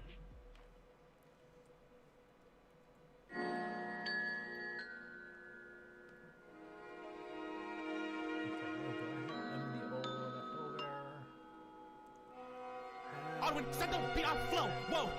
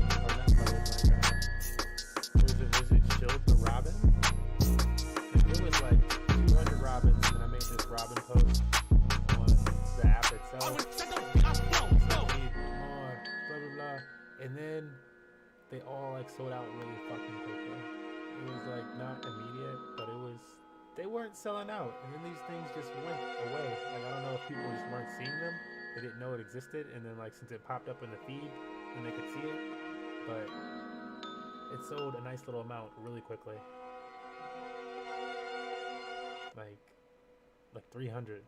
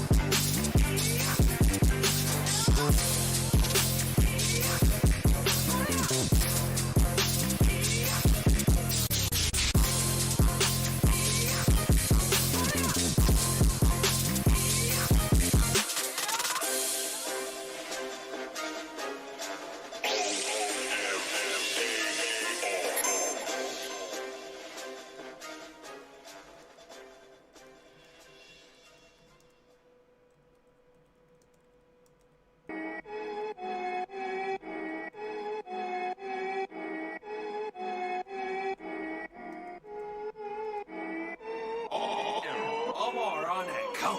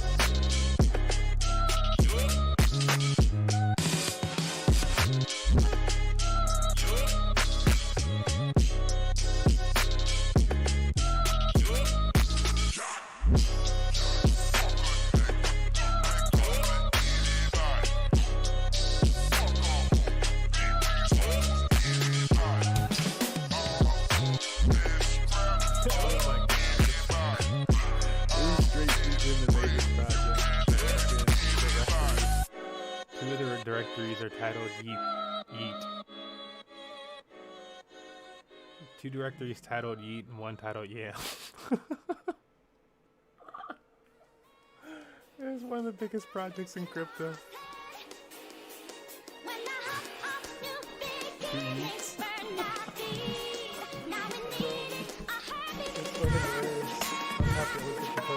Ayo Shaw, Ayo Shaw, Ayo Shaw.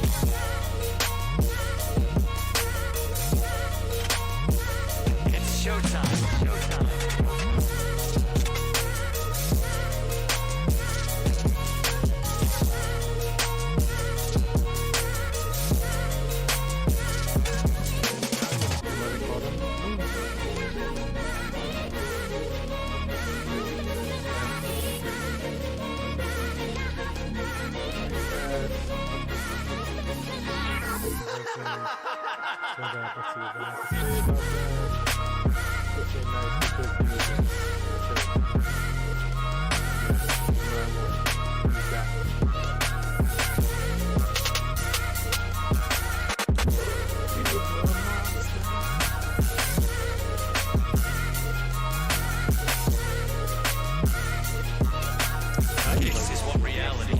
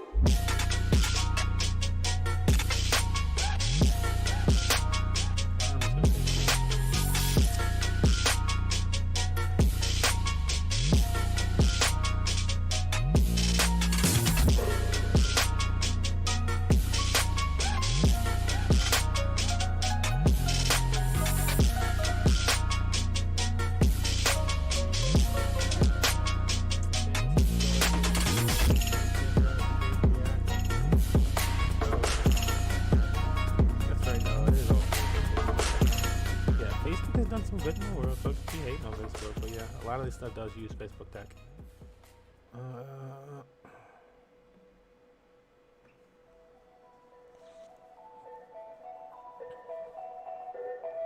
But then it also explains why when Facebook execs left Facebook, they're also like, most of them are Bitcoin maximalists. They're like, yeah, no, Bitcoin, crypto. Go find a Facebook exec and tell me what his opinion is on crypto. Current or X, doesn't matter.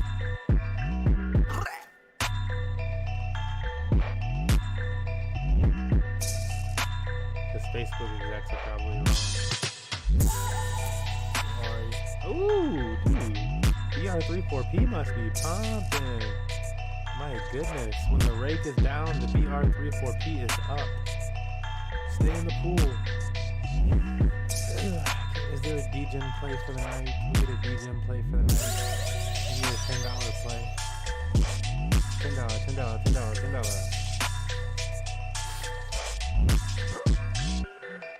I need something that's bottomed or some shit. And it's actually a good project.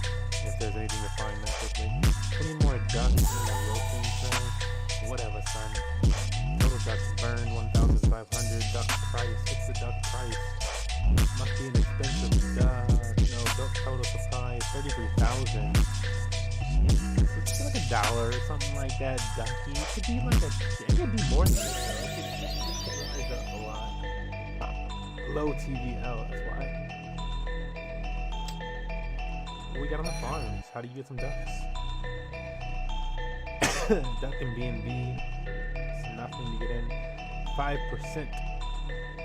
This is why I'm like, bro. Either they put their own $500,000 in here, or like this pool right here, 6,000. You got 4%, 5% of that. You got 5% of that 5,000. This is fucking. Bruh. This ain't the new Kickstarter. 29,000. 5%, 29,000. What? Somebody gonna sit here and just nut that long? Maybe they caught it early. If you catch these things early, you can get some insane APY for the first like hour, day. It depends. And that might make it worth it. Like the pool token. I don't jump in these. But pool token was spicy. 154,000, 1 million TVL though. You can see the token is worth 4 times as much as the previous token. Market cap is usually going to be about like a fourth. Ooh, how much market cap actually the same as TVL?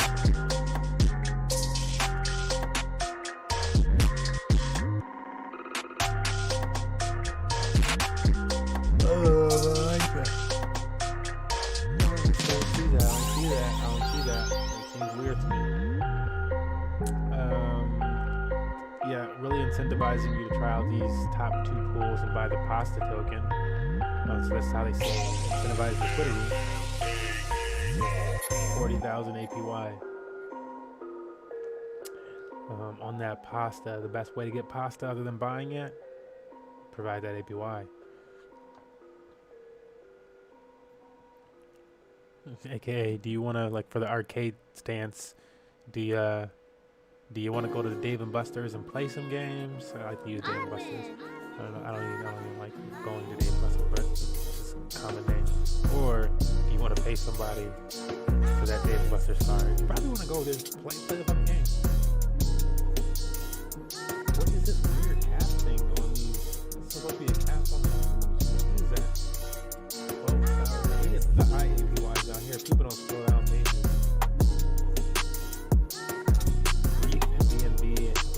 high APY and small deposit fee.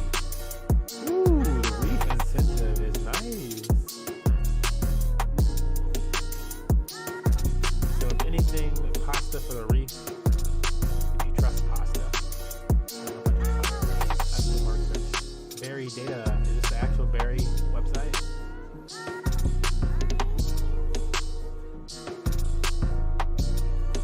It's linking to the contract. You probably see it using Berry, so most likely without doing any other research, being super sudden. What can you pair together? B&B and Berry to get Berry. Soon you'll be able to pair Berry and B&B LP to get who knows.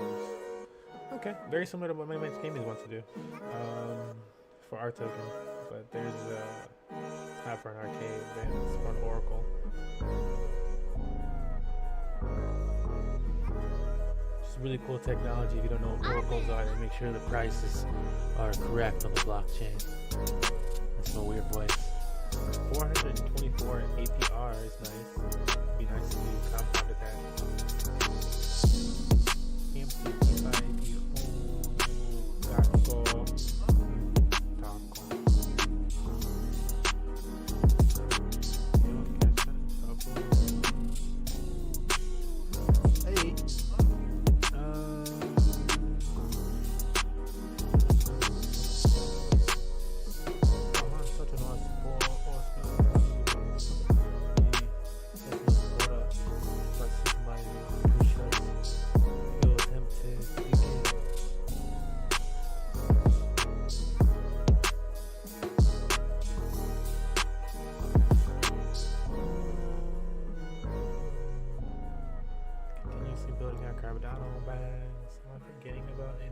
Sources.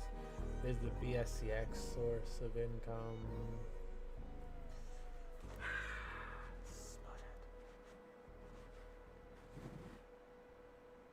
Pancake Bunny, but that's on auto. Beefy, but that's on auto. It's really about the rake funds. If we found anything cool to go into, we can take those rake funds and put it into it. But, oh, BSC pad. Alderman, send the beat off flow. Whoa. See what the fuck is popping over here. It's just new bullets here. Project's fire.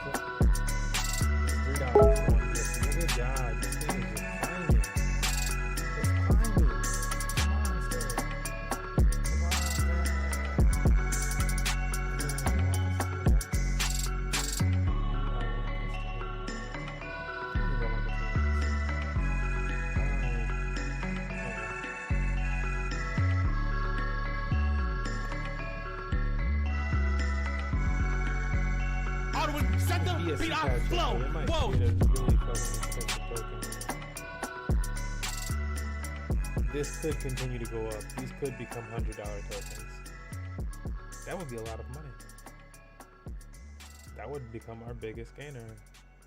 Gainer, gainer, gainer, gainer, gainer, gainer, gainer. Biggest gainer, gainer, Canner. That would be awesome.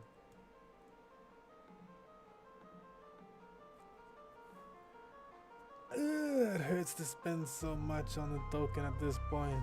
It was so cheap before. We should have just loaded our box, but you know, we're cautious investors.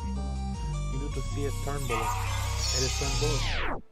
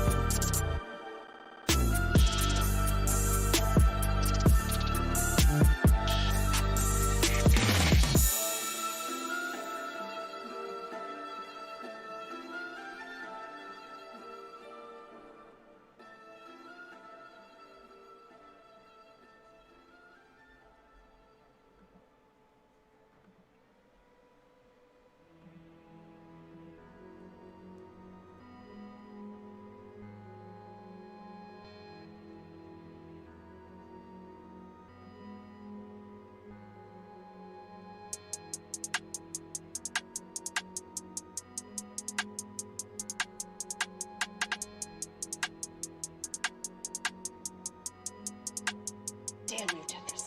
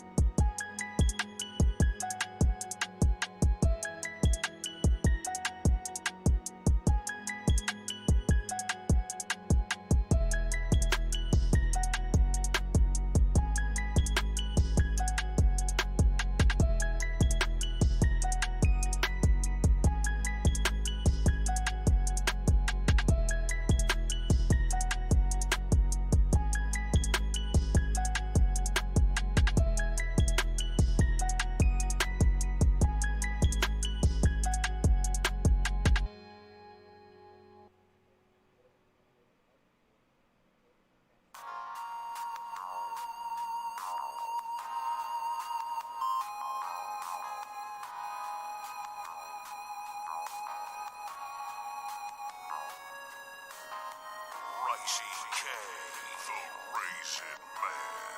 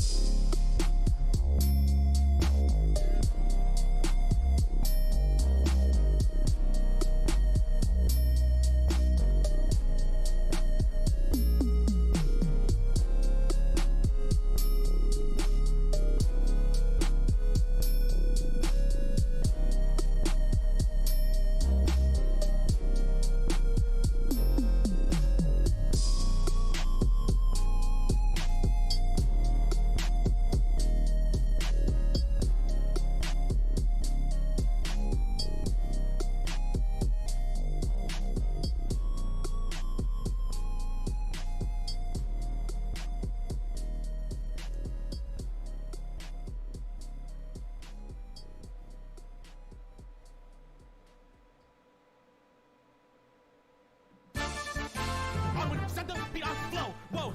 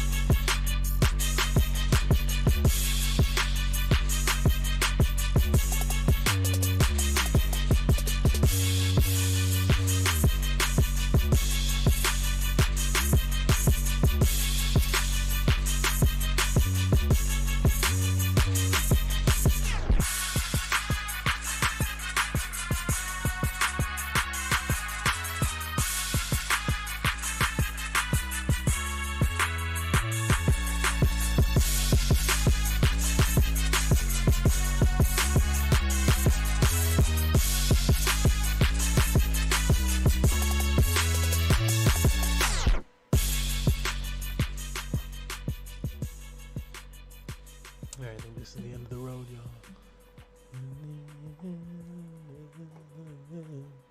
See you tomorrow.